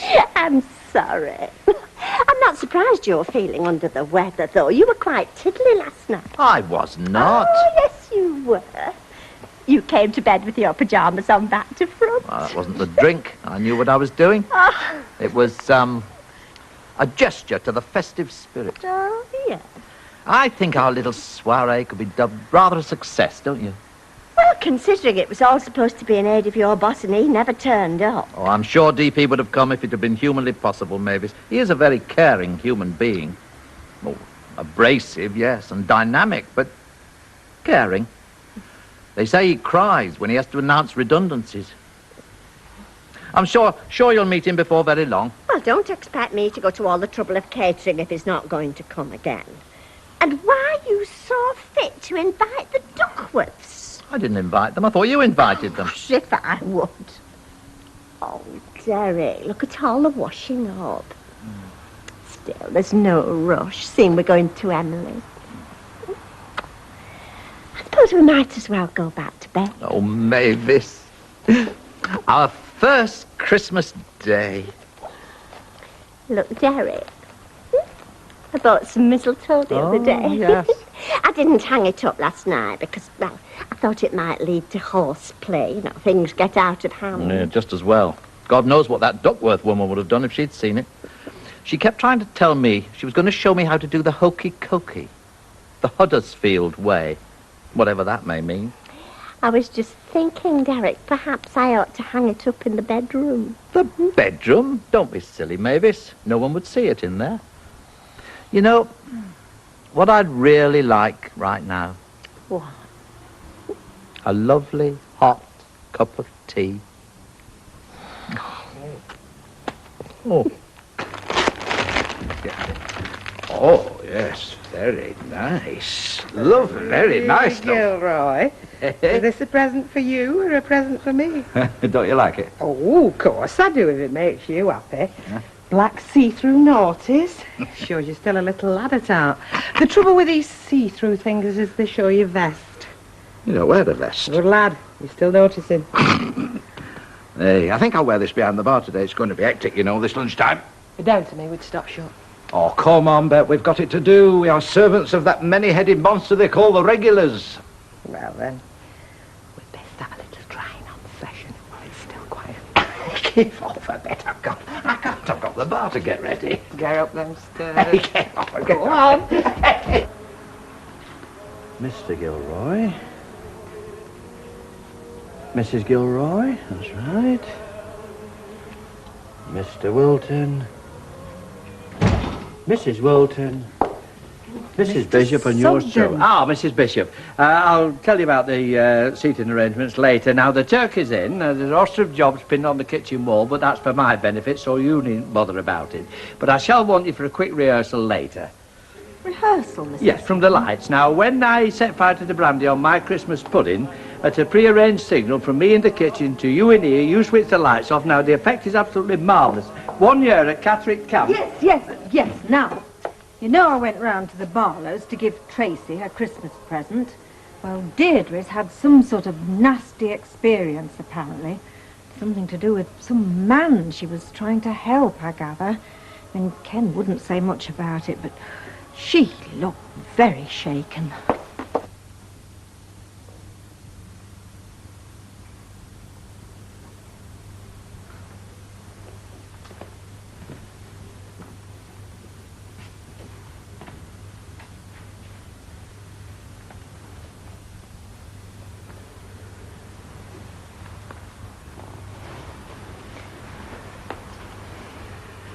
Feel like going to the Rovers for half an hour. Might do you good. Don't go, Mum. It's all right, love. I want you to stop here. I'm not going anywhere. It's all right. I'll tell you what, boss, this Christmas you can keep it, you know. Have you ever noticed the way women go very funny, especially at Christmas? Oh, Vera does. How can you tell? I mean, how is she any different than other times? Well, she keeps mithering me. On at me all the time. You know what I mean. I can imagine, unfortunately. I mean, Alec, I am not a religious man. Christmas morning, come on, there's a time and place for everything. I mean, your missus wouldn't do anything like that, would she? Yes, well, if you can just keep working while you're talking, Jack. I know it's not easy, moving your hands at the same time as your mouth. I mean, when you asked me, would I come in here this dinner time, I jumped at the chance. I can't get a break from a woman. This place, to me, is like a sanctuary. Hasn't she told you, then? What? Well, with Betty having the day off, I had to get somebody else in to help. Hey, good thinking, boss. Hey, I'm not late, am I? Merry Christmas, Mr. Gilroy. Oh, boss, I should say, eh? Hiya, love. Ain't it great, this, me and you working together behind this door? Nice little surprise for you.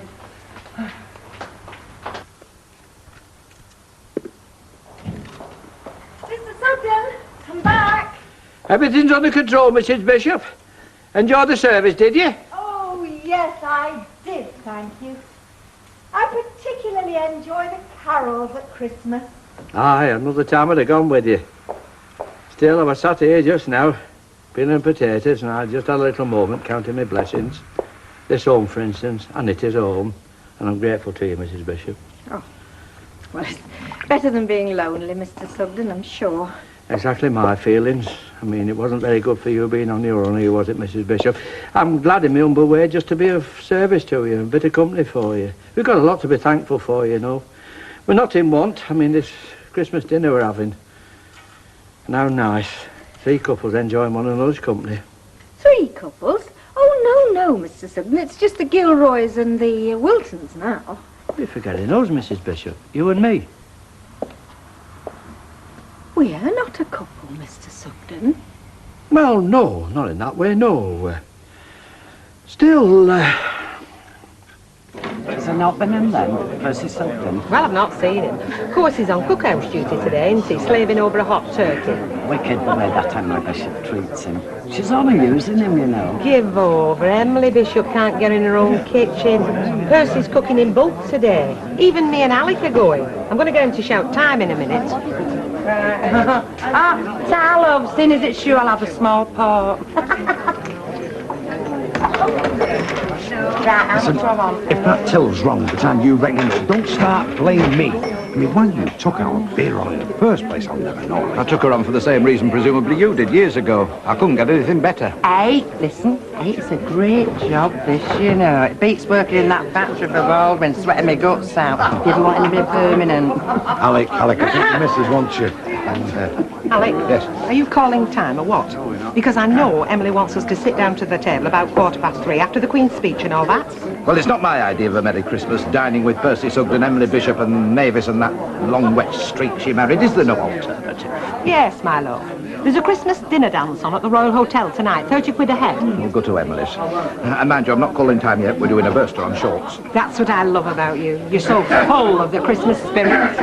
Over here. Are you anywhere near getting that place, John? No, I'm still looking. You know, there's 1 or 2 possibilities. What are you doing, renting or buying? Come on, we don't want to talk about business and money, do we, on Christmas? Always a couple of subjects dear to my heart, no matter what the season. I've got to love and leave. Yeah, me too. Hey, come on, we must go. Hey, Mike, you're not on your own this Christmas, are you? Oh, you've got to be joking. Later I'm on my way to a nice little candlelit dinner for 2. Oh. I'm not doing the cooking, but I might give the cook a hand with the washing up. Anybody we know? Oh, I hope not, sunshine. Oh, Let's go. right. See you. Fair Joe. It's been nice working together, hasn't it? No. You know, you don't say me, you fellas. You think it's soft showing your deep feelings. You know, it's right what they say about Christmas. It's What? a time when you think of others. Yeah. Ooh, it is. Yeah. Stuck at home with the missus. Think of others. Last orders, boys and girls. What are you playing at? What have you got your coat on for? Because I'm off to Emily's. You can get rid of this lot and follow me on. Come on, you lot, let's be having you. Have you no homes to go to? No, it's all right. Come on. Don't worry, lads. No. She's just got silly, that's all. Ian, no. Right, just hang on a minute. Stop here. Look, Derek, I've got a paper hat and I've got a riddle. Oh, I love a good riddle. Why is it easy to weigh a fish? Just a minute. Don't tell me. Why is it easy to weigh a fish? I feel I can answer this one. No. Give me a chance. Don't forget your hat, Mrs. Bolton. I don't think paper hats suit me. Nonsense, Mrs. Bishop's wearing hers and I'm wearing mine. I expect you prefer a paper cap, Mr. Sugden. What makes you say that? Well, no reason. Just that you always wear a cap rather than a hat. I've never seen a paper cap. Not in crackers. No, I better go and put the sprouts on. Merry Christmas. Merry Christmas. Merry Christmas. Isn't Alec with you? Oh, I've left him going shut at Stragglers. He won't be long. Hey, there's a police car next door. What's Ken Barlow been up to? Well, nothing seems to be missing. My purse is still here and my money.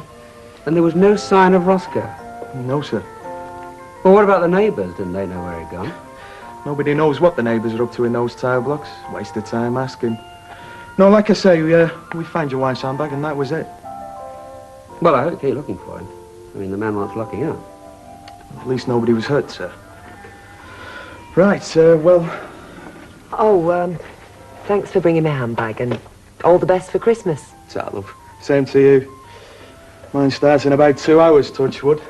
Bye. Bye.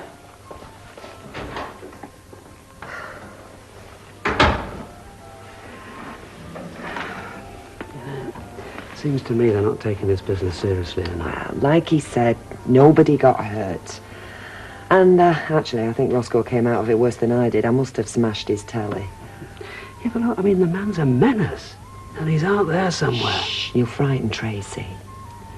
I think she's frightened already. And with good reason. Cheers. Cheers. All you wish yourself, Mr. Merry Christmas, dear. I'm sorry I'm a bit late. I had a job getting them all out, you know. Do you know I had to practically prise Phyllis Pierce's fingers off that glass? She will only drink it half, so I don't care. You'll have to watch that Phyllis Pierce, you know, she takes liberties. Yes, well, I expect she drinks halves because she hasn't the money to do otherwise. And it is Christmas, Mr. Sugden, and the woman is on her own. Well, as I come to tell you, we'll all kindly take your seats. I'll serve all. Anyway, well, he has... Oh, I see you've got a name. Oh, right. What's a good idea? Oh, look, I'm here. Oh, Derek, you're here. Thanks. Well, they put us together, isn't it, Rose? Well, I'm ready for this. I've been ravished all morning. I think you mean famished. I know what I mean, Alec. Sorry you've missed the Queen's speech, Mr. Gilroy. Oh, did she mention me at all? Did she hellers like? Well, I'm not bothered then, am I? I'm not bothering to look through New Year's honours list either. I'm sick of being passed over. I think I've got it, Mavis. What? The riddle. Mavis had this riddle. Why is it easy to weigh a fish? Well, I bet the answer is because it's got its own scales. Is that right? Well, I don't really know. Well, you had the riddle, Mavis. What have you done with it? Well, it was on a bit of paper. I think I screwed it up. Join the club, Mavis. I've been doing it all my life.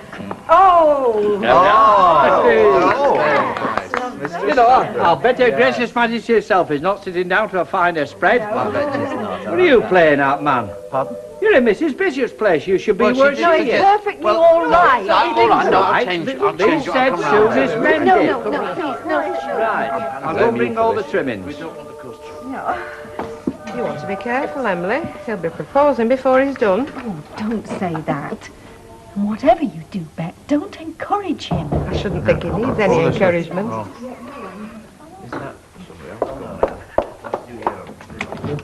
Oh, Merry Christmas. Christmas. Come in. I called by to give Percy his Christmas present. Oh, I've come at a bad time, haven't I? You're just having your dinner. No, we haven't started yet. Mr. Sugden's in the kitchen. Oh, well, would you give him his present and tell him I called, please? Mrs. Pierce, would you care to join us? We've plenty of food and you're very welcome. Oh, I couldn't do that. Are you sure? Certainly. Oh, Give me your thank coat. you. That's a lot. You go through. Oh, That's darling. right. Thank Now you. then, there's your present. And you sit Hey! there. Oh, hello. There's a drink for you. I'll get this chair. I'm sure there's plenty of room. Oh, thank you. Oh, yes. You two, isn't it? Isn't this nice? I thought I was going to be all on my lonesome. Oh, nobody should be on their own today. Be a nice surprise for Percy. She'll make his day. Oh, thanks. Roast potatoes, roast parsnips, sprouts, gravy. What are you doing here? I came by to give you your Christmas present, and Mrs. Bishop asked me would I stop. Come on, love. I think you sat here. Merry Christmas, everybody. Yes, Merry Christmas. Of course it's still on. Looking forward to it. Meet up in Rovers later. Okay, love, right. Up morning. How are you? Oh, morning, love. Did you have a nice Christmas? Quiet, you know, just me and Jason. But I'd sooner it that way than some of Christmases we've had with the old fella chucking his weight around, not to mention furniture. Hey, they haven't got your grass in today, have they? Oh, I don't mind. Even our Jack don't work today. There's no way he works Boxing Day, leaving me sat in here looking at the four walls. Well, it's what I'd be doing if I weren't going in. I'll see you. See you, love. Poor kid. It's rotten, you know, being on your own all over Christmas. I know, I've had some. Yeah, well, you're not this year, are you? So listen, kid, what you wearing? Well, we're not going to a fashion show, Vera. Warmth's important thing. Oh, and some nice comfy boots. Yeah, but it's still holidays, isn't it? Look, I'm in my muck all year round me. I like to tart myself up when I get the chance. All right, but don't you come moaning to me if you get your stiletto stuck in that mud. Hey? That was a quick trip, wasn't it? I thought you said we were away all Christmas. Well, that was the tale they told me.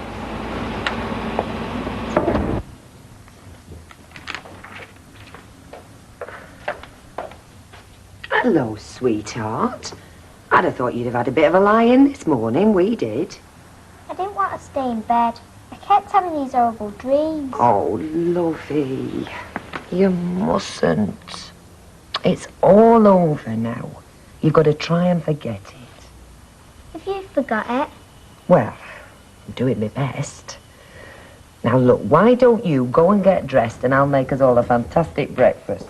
I want to stay with you. I'm not going anywhere, love. I'll still be here when you come down. Of course you will. The bad stuff's over. Promise? I promise.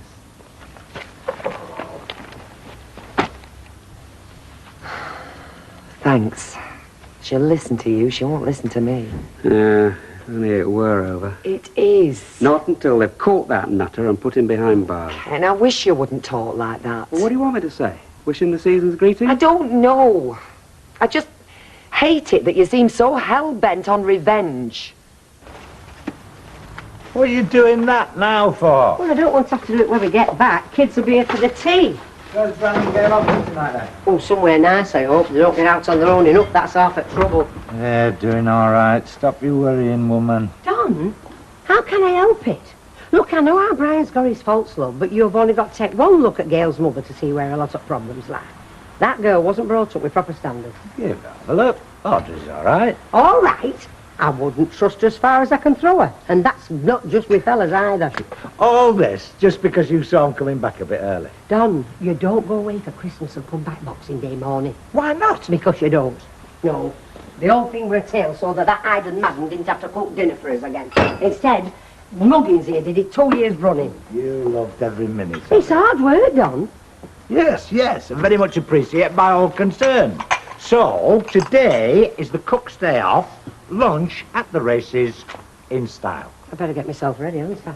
I told you we'll meet him at Rovers. You know, Jack, he has to get in the festive spirit before we even set off. Good thinking. Right.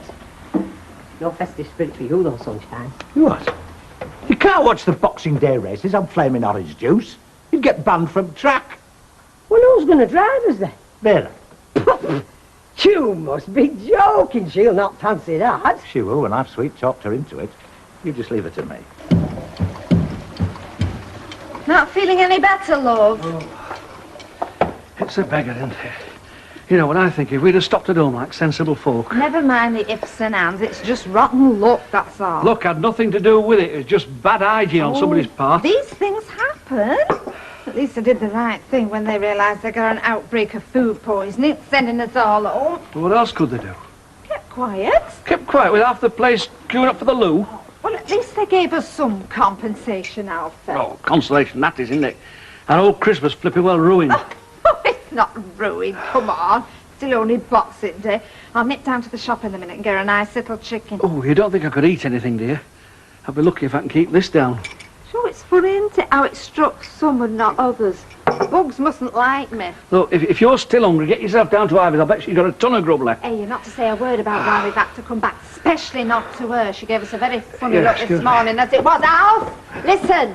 Right, that's you done and dusted. Now, you sure you don't want me to give you a hand behind bar? No, Tarkin, thanks all the same. Right, well, I'll be off then. Not before you've had a drink with us, Flower. I really appreciate you coming in today. Oh, it's a bit early, but go on, I'll have a snowball, Tal. Why not?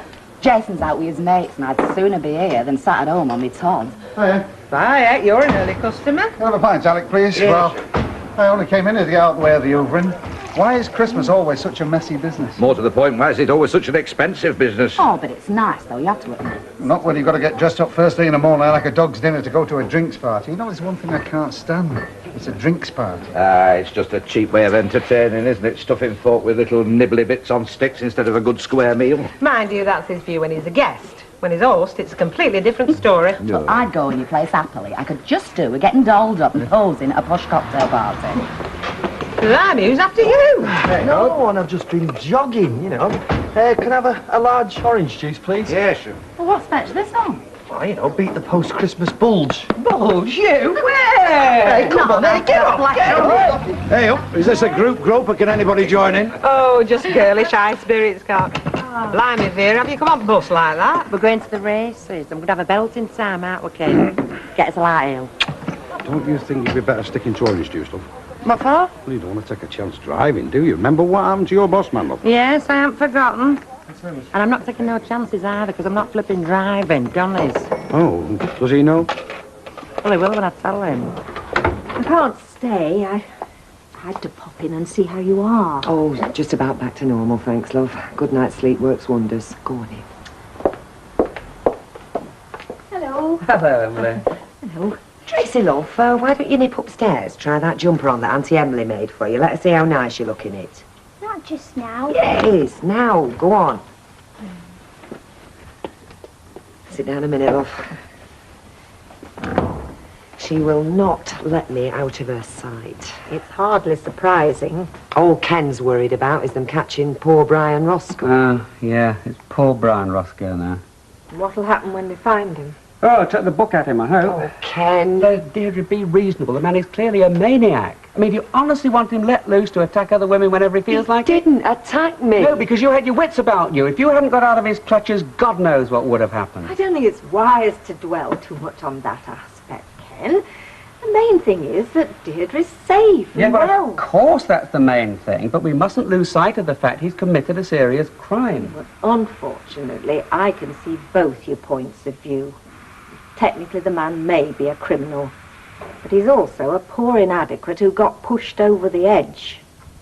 Does he need punishment or does he need help?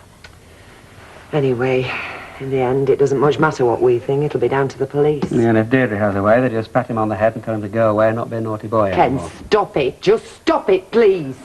Oh, it's lovely on your pet. Yes, well, I think I'd better be getting back. Bye-bye. Bye, Emily. I know it's easy to say, but try not to let it get you down. He loves you. It's natural for him to be angry. Can't he see what it's doing to me? I don't want his anger. I don't want anything. Just want peace. Hiya. Some stick down there this afternoon. What's that thing you've got on your head? This what I got for your wedding? We're not going to flaming Ascot, you know. Look, Jack likes me to under look the nice arm. when he takes me out. Don't you, Jackie? Besides, mate, listen, keep me head warm. Okay, troops, now just a quick one for the road and then it's time we were off. Alec, in honour of Vera's Titford, I shall have a scotch. Not for me, thank you, John. Hey, listen, John, do you think you should? Well, Jack's just been reminding me, you know about Baldwin, we never scotched too many. Ah, yes, he was behind the wheel of a motor at the time. Yeah, same as you, babe. No, look, I thought to myself, I've never seen Vera do her crack show first bit in that smart jam down of hers. So today, you impress me. No chance, I'm not driving. Told you. Look, if I can't have a few bevies on my only day off, well, I'm not flipping going. Don't be a spoil sport, Vera. Look, you drive then if you're so keen to go. Dare, I've already got a couple of ales under my belt. Yeah, not to mention he's probably still over the limit from Christmas Eve. Oh, well, that is it. I mean, I've no intention of losing my licence. If that goes, my livelihood's gone. Tom, it's not imperative to drink. Go to the Boxing Day races and stay on the battle. Talk sense, woman. Might I make a suggestion? Do you mean a show for us? Oh, I can't. We're going to Shirley's mum's for his tea, but you could toss for it. Nice one, Curl. Who's calling? Hang on. I haven't agreed to that. Yeah, but our Vera's, because she's now if she's not a good sport, eh? A minute since you said I were a spoil sport. All right, I was wrong. I apologise. Your call. Women first. All right, then. Eggs. Well. Till. Right, well, no more messing about. Hi, beloved. Never mind, my little swamp duck. We'll win a few bob at the races. It'll be all right tonight. You'll not be needing this, will you? Oh, come on.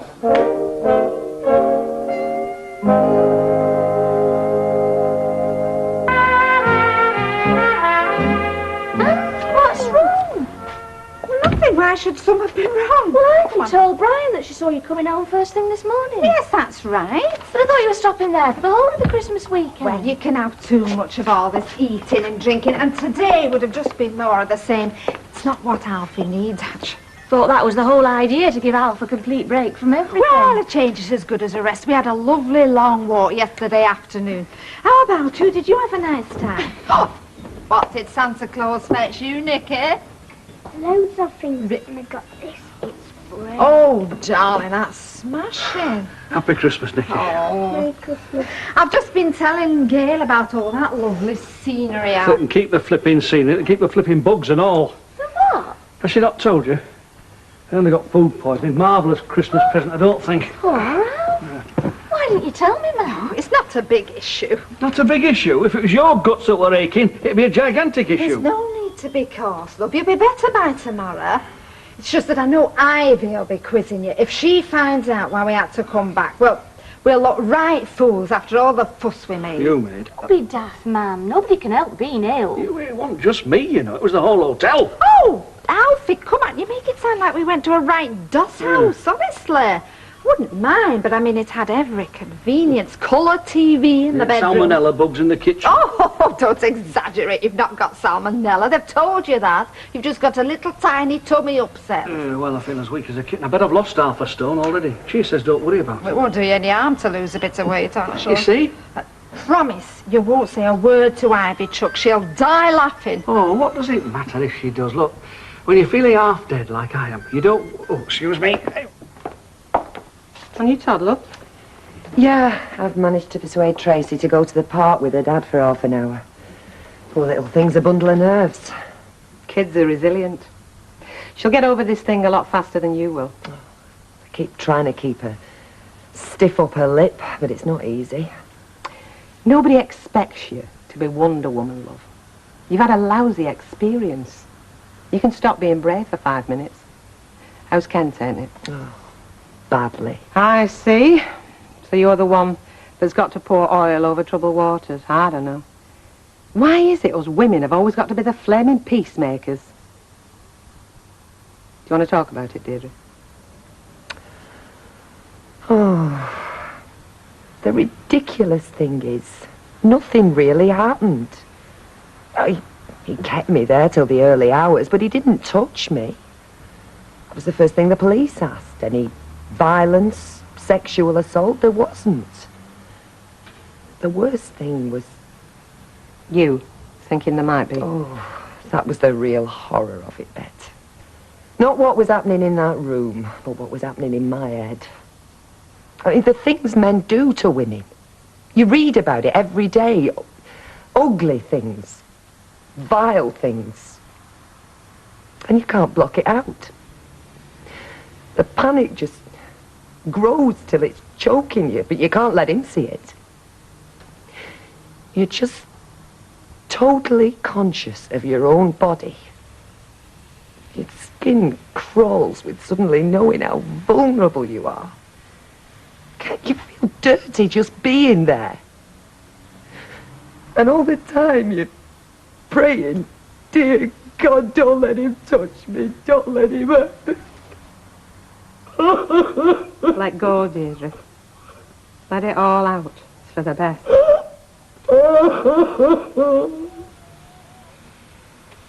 Come on, love.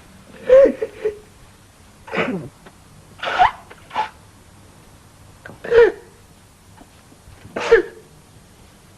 There's always been violence. Nutters. But now it seems like it's everywhere. It's right on your own doorstep.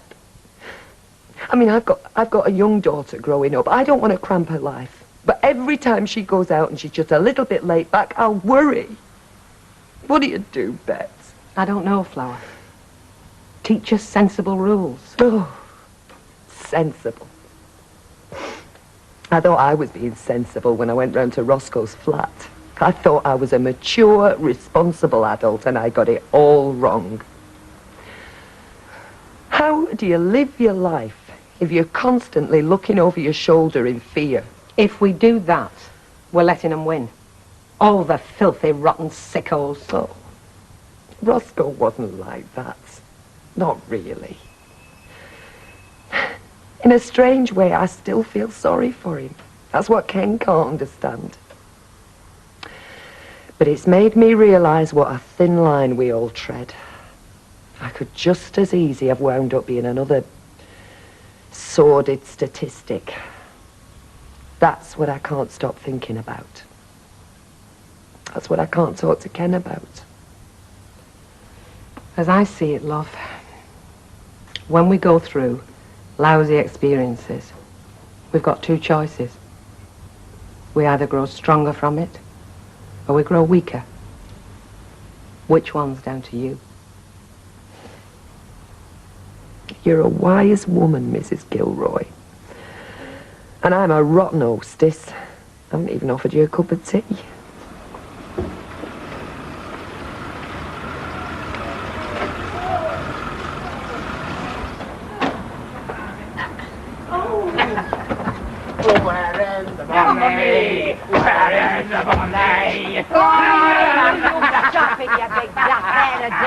I told you, didn't I? I knew it was my lucky day right from the off. Hey, how do you fancy a casino? Oh, you do not. We're having a night in. Listen, you've had enough betting for one night. Look, give her, will you? I won, didn't I? Look, when you're on a winning streak, you've got to go with it, Yes, girl. and you can go and lose it again. Come on, kids will be here in a minute. Come on. Right, thanks for driving, love. Love the way, love the way that you took that roundabout on two wheels. Come on, Beard. It was a cracking day, wasn't it? Not for me, it weren't. 5 losers on the trot. There's only me, Stone Cold Sober. And you've ruined me. What, my flaming pup? Your hat flew off. I asked you to catch it, not flaming stand on it. You ain't to put tin lid on it. I've only got flaming double pneumonia. Come in. That's Madam Settle, bless her. She went off like a little lamb. Nicky, would you like one of me pie, darling? Help yourself, then. Do you know, I don't really puts it on. Oi! I'd Larry, you mind to clear table. In a bit, look. Sit down, relax. It's holidays. Not from washing up, it's not done. Listen, if I carry on like I did today, kid, I'll be able to buy you a dishwasher. I've already got a dishwasher, look. I'll go and fill the sink for you.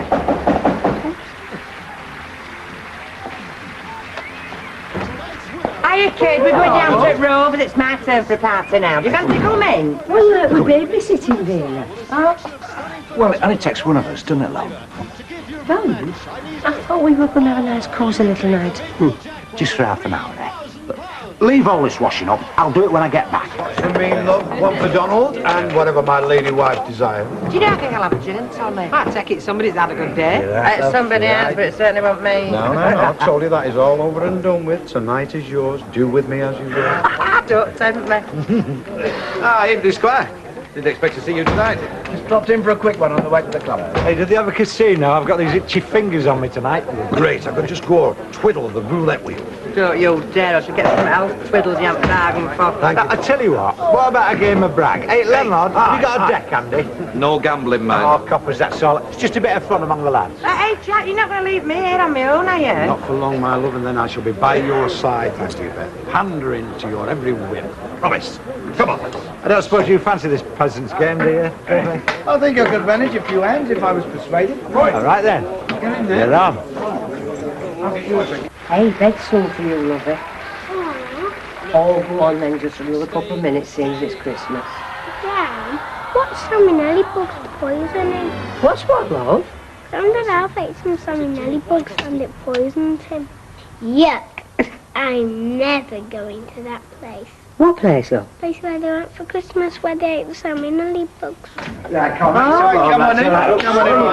Anyway, Hello, Ivy, love. All right. Happy Christmas. Evening, Ivy, love. All right. You're all right, lovey. Don, come here, won't you? Guess what our Nicky's just told me? Alf and Audrey had to come back early because they had salmonella poisoning after all that swank. Oh, yeah, too bad, yeah. Look, could you knock us up a few sarnies, love? What for? What's happening? Well, we fancied a spot of 3-card brag, and we thought it'd be a bit cosier in here. What Don means is we got a bit carried away at the Rovers. Bet pulled a dragon lady act and chucked us out. Yeah, well, we weren't gambling, look. Not what I'd call gambling. Do you mean you were playing with these two, Mr. Bowie? Well, more showing them out was done, really. I think you might find it's the other way around, mate. We'll see. Oh, Bragg's kid stuff. What you made of when it comes to a real man's game like poker, eh? That's right. How about you, Jack? All right? I'll have a game, Michael. Right, then. You don't mind, do you, Ivy, eh? Oh, no. It's not me I'm thinking of. It's poor Vera. Jack, you've not gone and left her all on your own, Oh, yeah? she'll be all right. I'll be back before she knows I've gone. Your deal, Don. Hey, what's the stakes, lads? The night is yours, my sweet. That's really sad. What happened? He abandoned me. Do you know you're looking at an abandoned woman? Do you trust men, Eleanor? And Well, some of them. Bad mistake, that. Never trust a fella, especially a man. Do you know we're going to pander to my every whim? Well, happy boxing day, Vera Chuck. You are stern for 10. All right. You're 10. And raise your 10. Yeah, well, I'll see you. 2 pair, queens and 10s. Flush. Blimey, that's a killer is. I'm out now, I'm clean. I'll take your marker if you're short of cash, Squire. No, markers are for mugs. I'll get my coat. Thanks for the game, thanks for the nosh, Ivy. Thank you. See ya. Happy Christmas. See you, mate. Take care, lad. Ta-ra now. That's your name, cocky little cockney. I've taken nearly 60 quid off it. Go on, lad. I'm ashamed of you, Don Brennan. I don't like gambling, and I especially do not like it underneath my roof. Look, I won, didn't I? Yes. And Mr. Baldwin lost. Him or he can afford it, Ivy. I knew he'd change his mind. Back. Where is he? Oh, dear. Do with me as you will, that's what you said, didn't you? Well, I'll do with you what I will and all my little swamp duck, yes? I'll make you quack. What's all that money? You have lost all this money. No. No, Vera, he has not lost all that money. Our boss has. And it's all right, you two stood there grinning like Cheshire cats.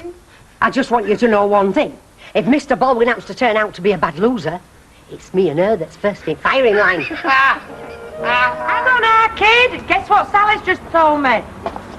Never mind about that. It's nearly past and his nibs will not be in a good mood. Oh, beggar him. Should be us this morning. One flipping day off to get over Christmas. It's not so much Christmas for you as that blunking poker session. Oh, why, kid, you know I forgot about that. How much did Don take off him? Nearly 60 quid. It's a good job they won't play straight poker. That'd have been a nice sight, wouldn't it, seeing Baldwin walk up straight in his comms? Where's the milk? Oh, it's in Fridge train boat. Here, you take them while you're off it. Hey, so what were it Sally said to you then? Well, she said I was not well. There's a bit of secrecy about it. Something about, something he ate. I know about that. He's gone down with food poisoning. Get off. It'll be that turkey stuff, that patsy. We put some on our toast at Christmas Day. Do you know, I thought it smelt a bit off, kid. Hiya, girls! What did Santa Claus bring you then? Before you say anything, keep the party clean. Oh, if you could just squeeze me in, Ricardo. Just a quickie, love. Well, it's more of a morale booster, actually. Yeah, wash and blow dry.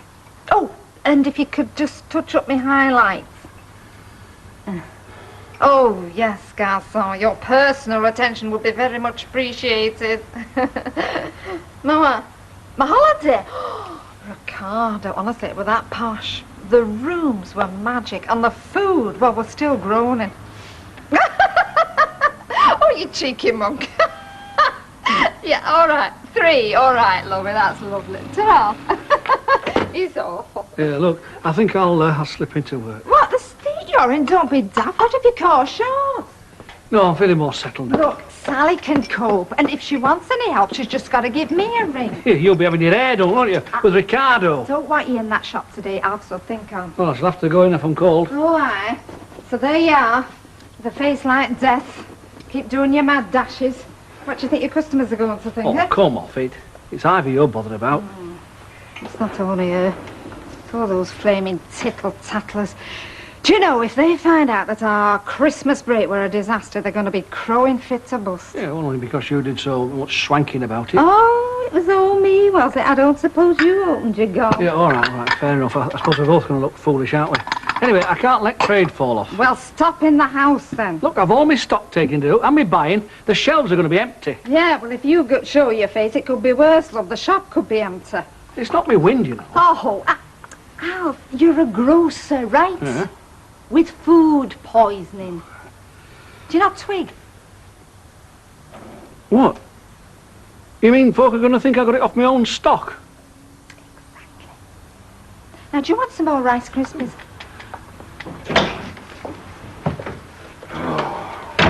Oh, it was sweet. The cards were falling just right. The old computer was ticking. Baldwin, he was betting bold. Don, he had a straight. I was sat there with 3 aces. Yeah. You could see the sweat. See, they knew they were in the grip of a master, you see. Even the women could feel it. They wanted to touch me. Drawn to the man with the golden arm. Drawn by the power. This Ivy's back kitchen or the riverboat, don't forget. Well, it doesn't really matter, does it? It could have been Vegas. I mean, the money were on the table, the tension were there. Tell you what, when I picked up that pot, you could see murder in them men's eyes. Well, how much did you win? A tenner. It wasn't the stake, it's the pride, it's being outside. Sounds bad, that, Jacko. Did you get an anaesthetic? I know who will need a flaming anaesthetic if it's to listen to Gaylord Duckworth's ramblings for much longer. Any road as I heard it, it was Don Brennan that picked up all the aces. Yeah, but he's a crack gambler, isn't he? I mean, he were gambling with a roll. Me, I were gambling with coppers. Now that is where you need the skill.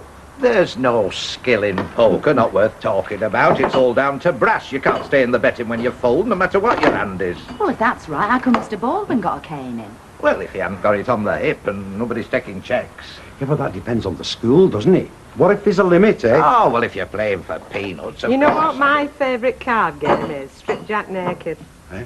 Second thought, scrub that. Snap might be a better idea. Come along, you high rollers. We've got a pub to open. Hey, no, but I used to manage a crib player once, you know. He were a bit of a magician, you know, sleight of hand stuff. Lousy act. But what he couldn't do with a pegboard in moments of crisis, oh, if it's card schools you're on about, I could tell you a few yarns. Listen, I don't want you getting bitten by the bug. The pub could end up in the kitty.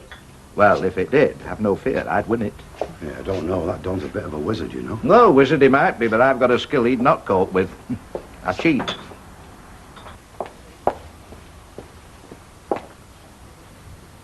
Oh, what's this? No turkey. Don't tell me it's finally demolished. Don't speak too soon. I'm boiling the bones up so you can expect broth on the menu for at least the next week.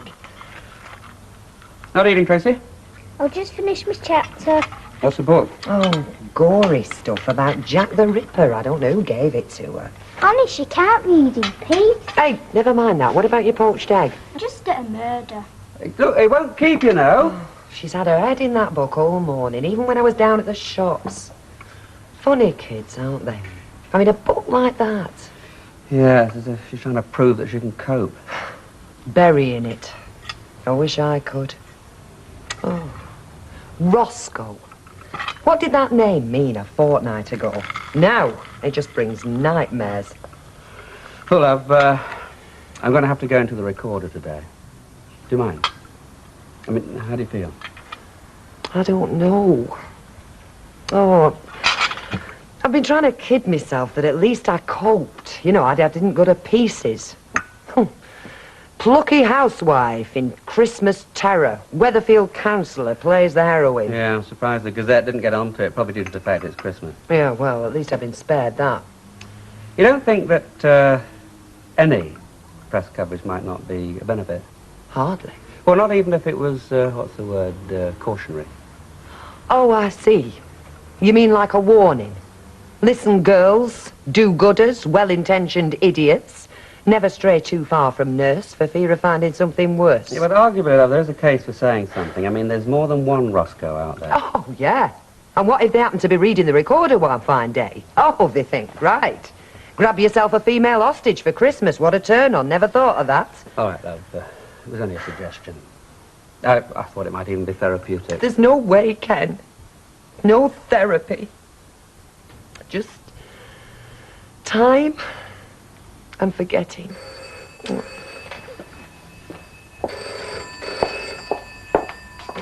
Hello? Yes, this is Mrs. Barlow. Who? Oh. Well, I suppose so. Yeah, okay then. About an hour. Bye. That is all I need. What, the Gazette? No, a Mrs. Thompson from the Social Services wants to have a little chat with me about my recent experience. Oh, well. Nice to know they're interested. Oh, come on, Lightning, we'll have a queue. No need to panic, everything's under control. That's what they said on the Titanic. Come on, Alec, hold your hands up. We're missing Gloria. Well, I can't see it myself, Petrol. I think we're more efficient, more streamlined since she marched out. You're not here every day. We need another barmaid and sharpish. We can't keep relying on Sandra. Any room for workers? Mind you, bet you've been grafting, haven't you? Must be nice to be rich. Mind you, I wish I'd have married a shopkeeper. Chucking his brass around worrying this hotel. No, actually, Vera, it all went on the bill. Oh, what a pity you had to cut it short. So, what did the funds run out, or what? It wasn't a question of funds. Anyway, I'll figure his credit card. Oh, has he got that back? Only I had was a funny do. It were all in the package, right? The reason we came back about a bit previous was because Alfie can't overdo things. Well, it's no toy, boys, alone. Apart from that, we had a marvellous time. I know you're both green with envy, and I don't like to swank, but frankly, anything brass could buy, we have. Including food poisoning, I hear. How much they charge you for that? Alfie's got a little tummy upset. There's a bug going round, and didn't you know it's got nothing to do with the holiday? I've got a hair appointment. Are you giving us a walk, or are you stopping in this witch's coven? I've got to get back to the cafe, Mum. I'll see you. Hey, now, come on, you give us the gen. Our little Nicky told me that Grandad Alf had food poisoning. Where did he get it? Yeah, but I'll bet it's on the hotel. Well, I don't know. And I'm certainly not going to call me Mum a liar, am I? Oh. Got to go back to the cafe. See ya. Okay. Well, people seem to be flying off in all directions. yes, it's what you call dodging the issue, Emily. Oh, only I was in this shop and Sally said Alf had been a bit under the weather. Yes, it was something to eat. Oh, poor Alf. Strangely enough, I've not been feeling too well myself. Wasn't this Martha's Hotel, was it? Oh, do that. Well, like I say, if Bob didn't come from a hotel, must have come from his shop, mustn't it? Come in, Mrs. Thompson. Take a chair.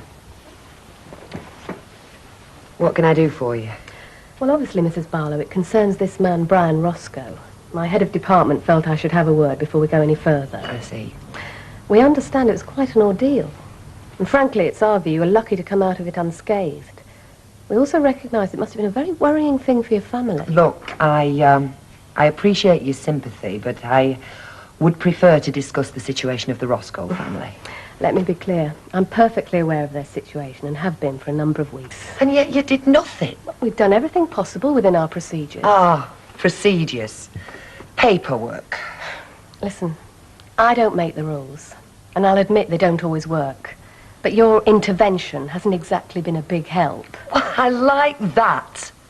At least I talked to the man, showed an interest, kept in touch. Well, I'm sorry we don't get your vote of thanks, Councillor, but I hardly think you deserve a gold star.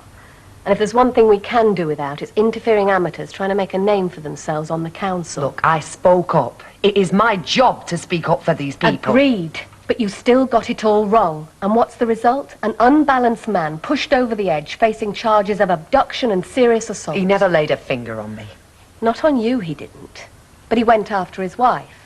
Found her at her mother's. There was a terrible row. He assaulted his father-in-law. Oh, God. Right.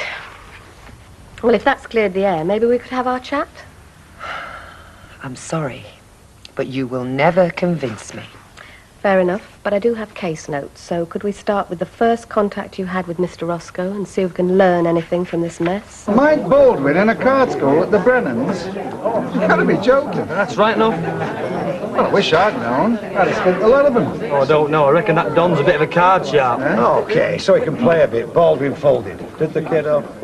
Are you telling me that Don Brennan beat Mike Baldwin? I don't believe it. A Tuppenny Halfpenny cab driver made a mug out of Baldwin. Cleaned him out like taking candy from a baby. Baldwin was doing a bit of bragging early on.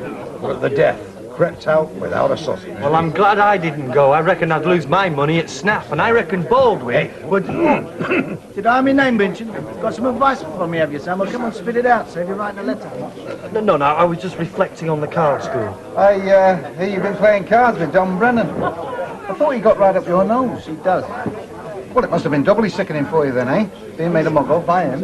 Well, that's me, innit? I should have listened to my old ma. She said you could always make money, but you could never win it, not even at marbles. Well, I'll have large scotch, please. Jack can get one for the boys. No, thanks, I've just got one. I'll have one myself. All right. And by the way, would you give Mr. Brennan a message for me? Yeah. Tell him I enjoyed the game very much last night. He fancies a few hands tonight. My place any time after 9. What happens in the cabin? Well, I'll be there, plus the bankroll. That invitation's extended to you two guys as well. I'm sorry. Yeah, go on, I'll make one. Right then, if the man himself says there, that's it. On the road. What's this then? Starting a scout troop? It's one of them gambling dues. You are needed. It's my night off, there. Is this your idea? Yeah, that's right. You can come along and do the saunas if you like. If you want to see a mug lose his money, the show's on the road.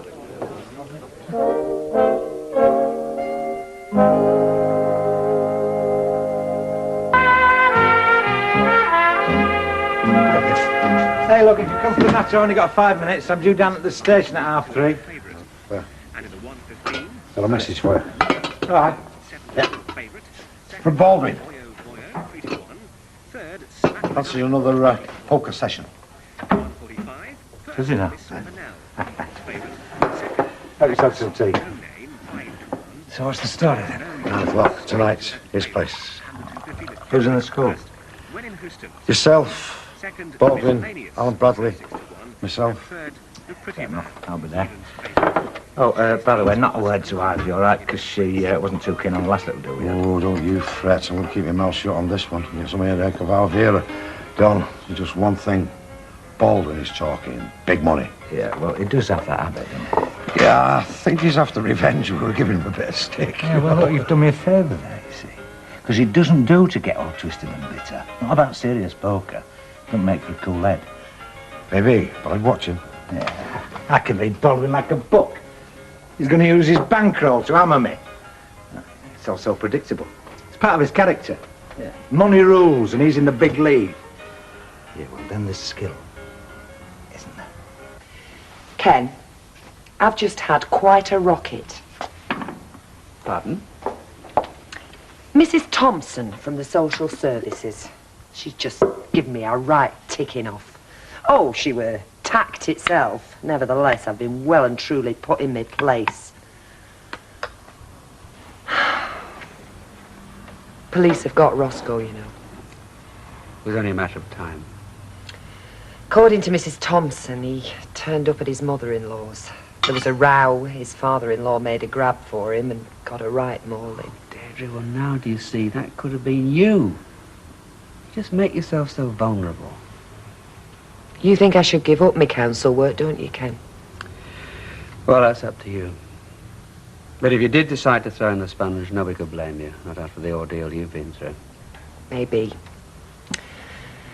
But we've all got to learn and use what we learn. So I won't be jacking it in. Not just yet.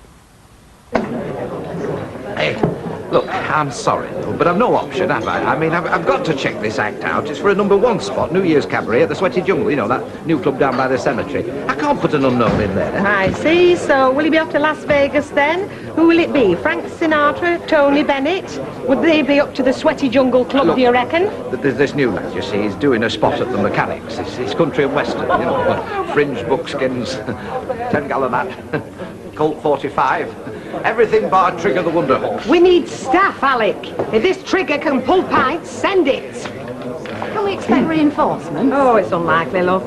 Unless it's a Newton-Heath cowboy in a 10-gallon hat. In which case, fill it with ale and charge him. Right, girls. What's it to be tonight, then? The ballet or the opera? Or is the plan more cultural, like getting blind paralytic drunk? Do you mind we going wedding day, not Trey? Yeah. Bingo. Hordes of ravenous women like a pack of wolves. What's your Jack doing his night off then? Well, talking of wolves, love, there's a full moon. You might hear him howling. Hey, listen, let's get going if we're walking. Doesn't Don take you? No, love, not when he's working, no. Well, come on, shift yourself. Oh, all right, bossy boo. Do they ever win? It's the thrill, innit? The adrenaline, the hooked. It's 50p a line, isn't it? Minus some fair prizes. Oh, gambling. Mugs again. Who do you reckon will be next through that front door? Percy Sugden. How much on it? Oh, God. Gordon Bennett, I should ditch the hand I've got here. Still, what was the bet? £5, was it? Yeah. There you go. Right, I'll stay with you. Does a royal flush beat a string? Jack, we're not here to give poker lessons. Just have your bet, will you? Not this time, no, I'm out. That's your 5. Where's it? 20. Blimey. It's a big hike, isn't it? The horse said there was no limit. Well, I should ditch this Mickey Mouse hand I've got here still. In for a penny, in for a pound. You're 20. And up 50. Big betting's beating good cards, I'm out with this. Ridiculous. You're 50. Where's it? 50.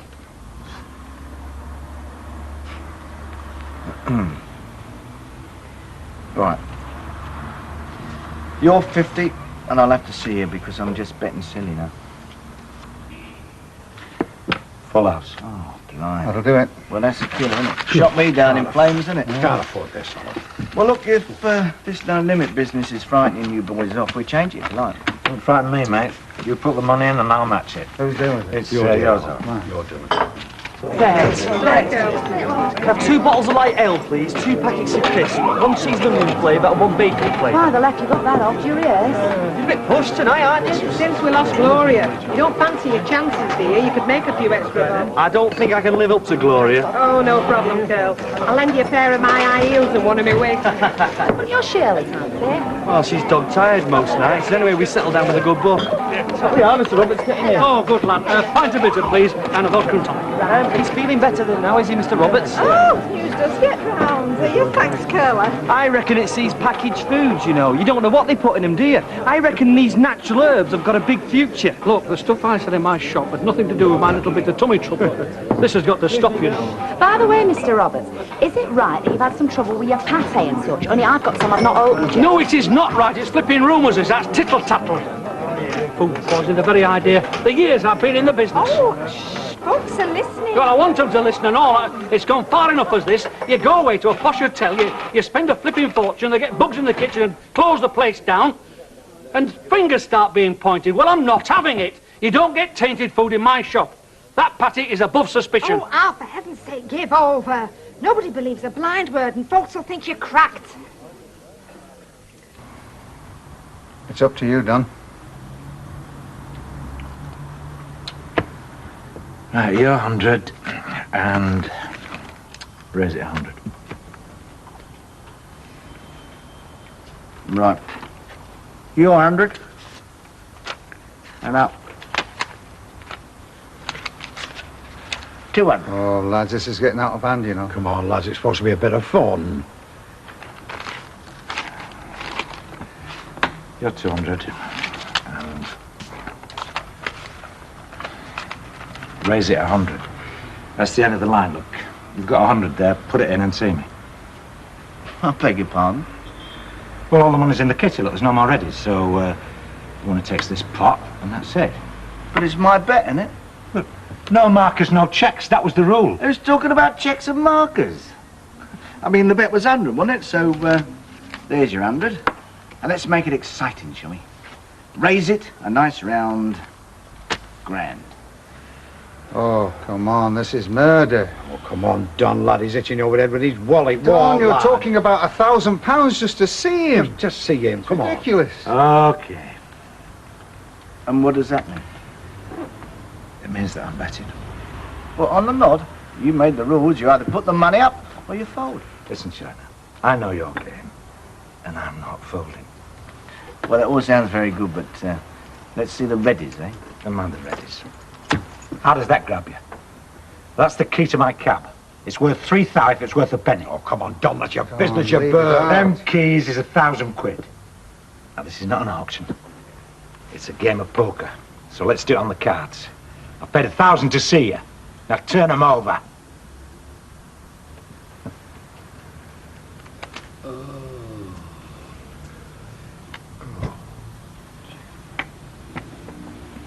Does that mean I win?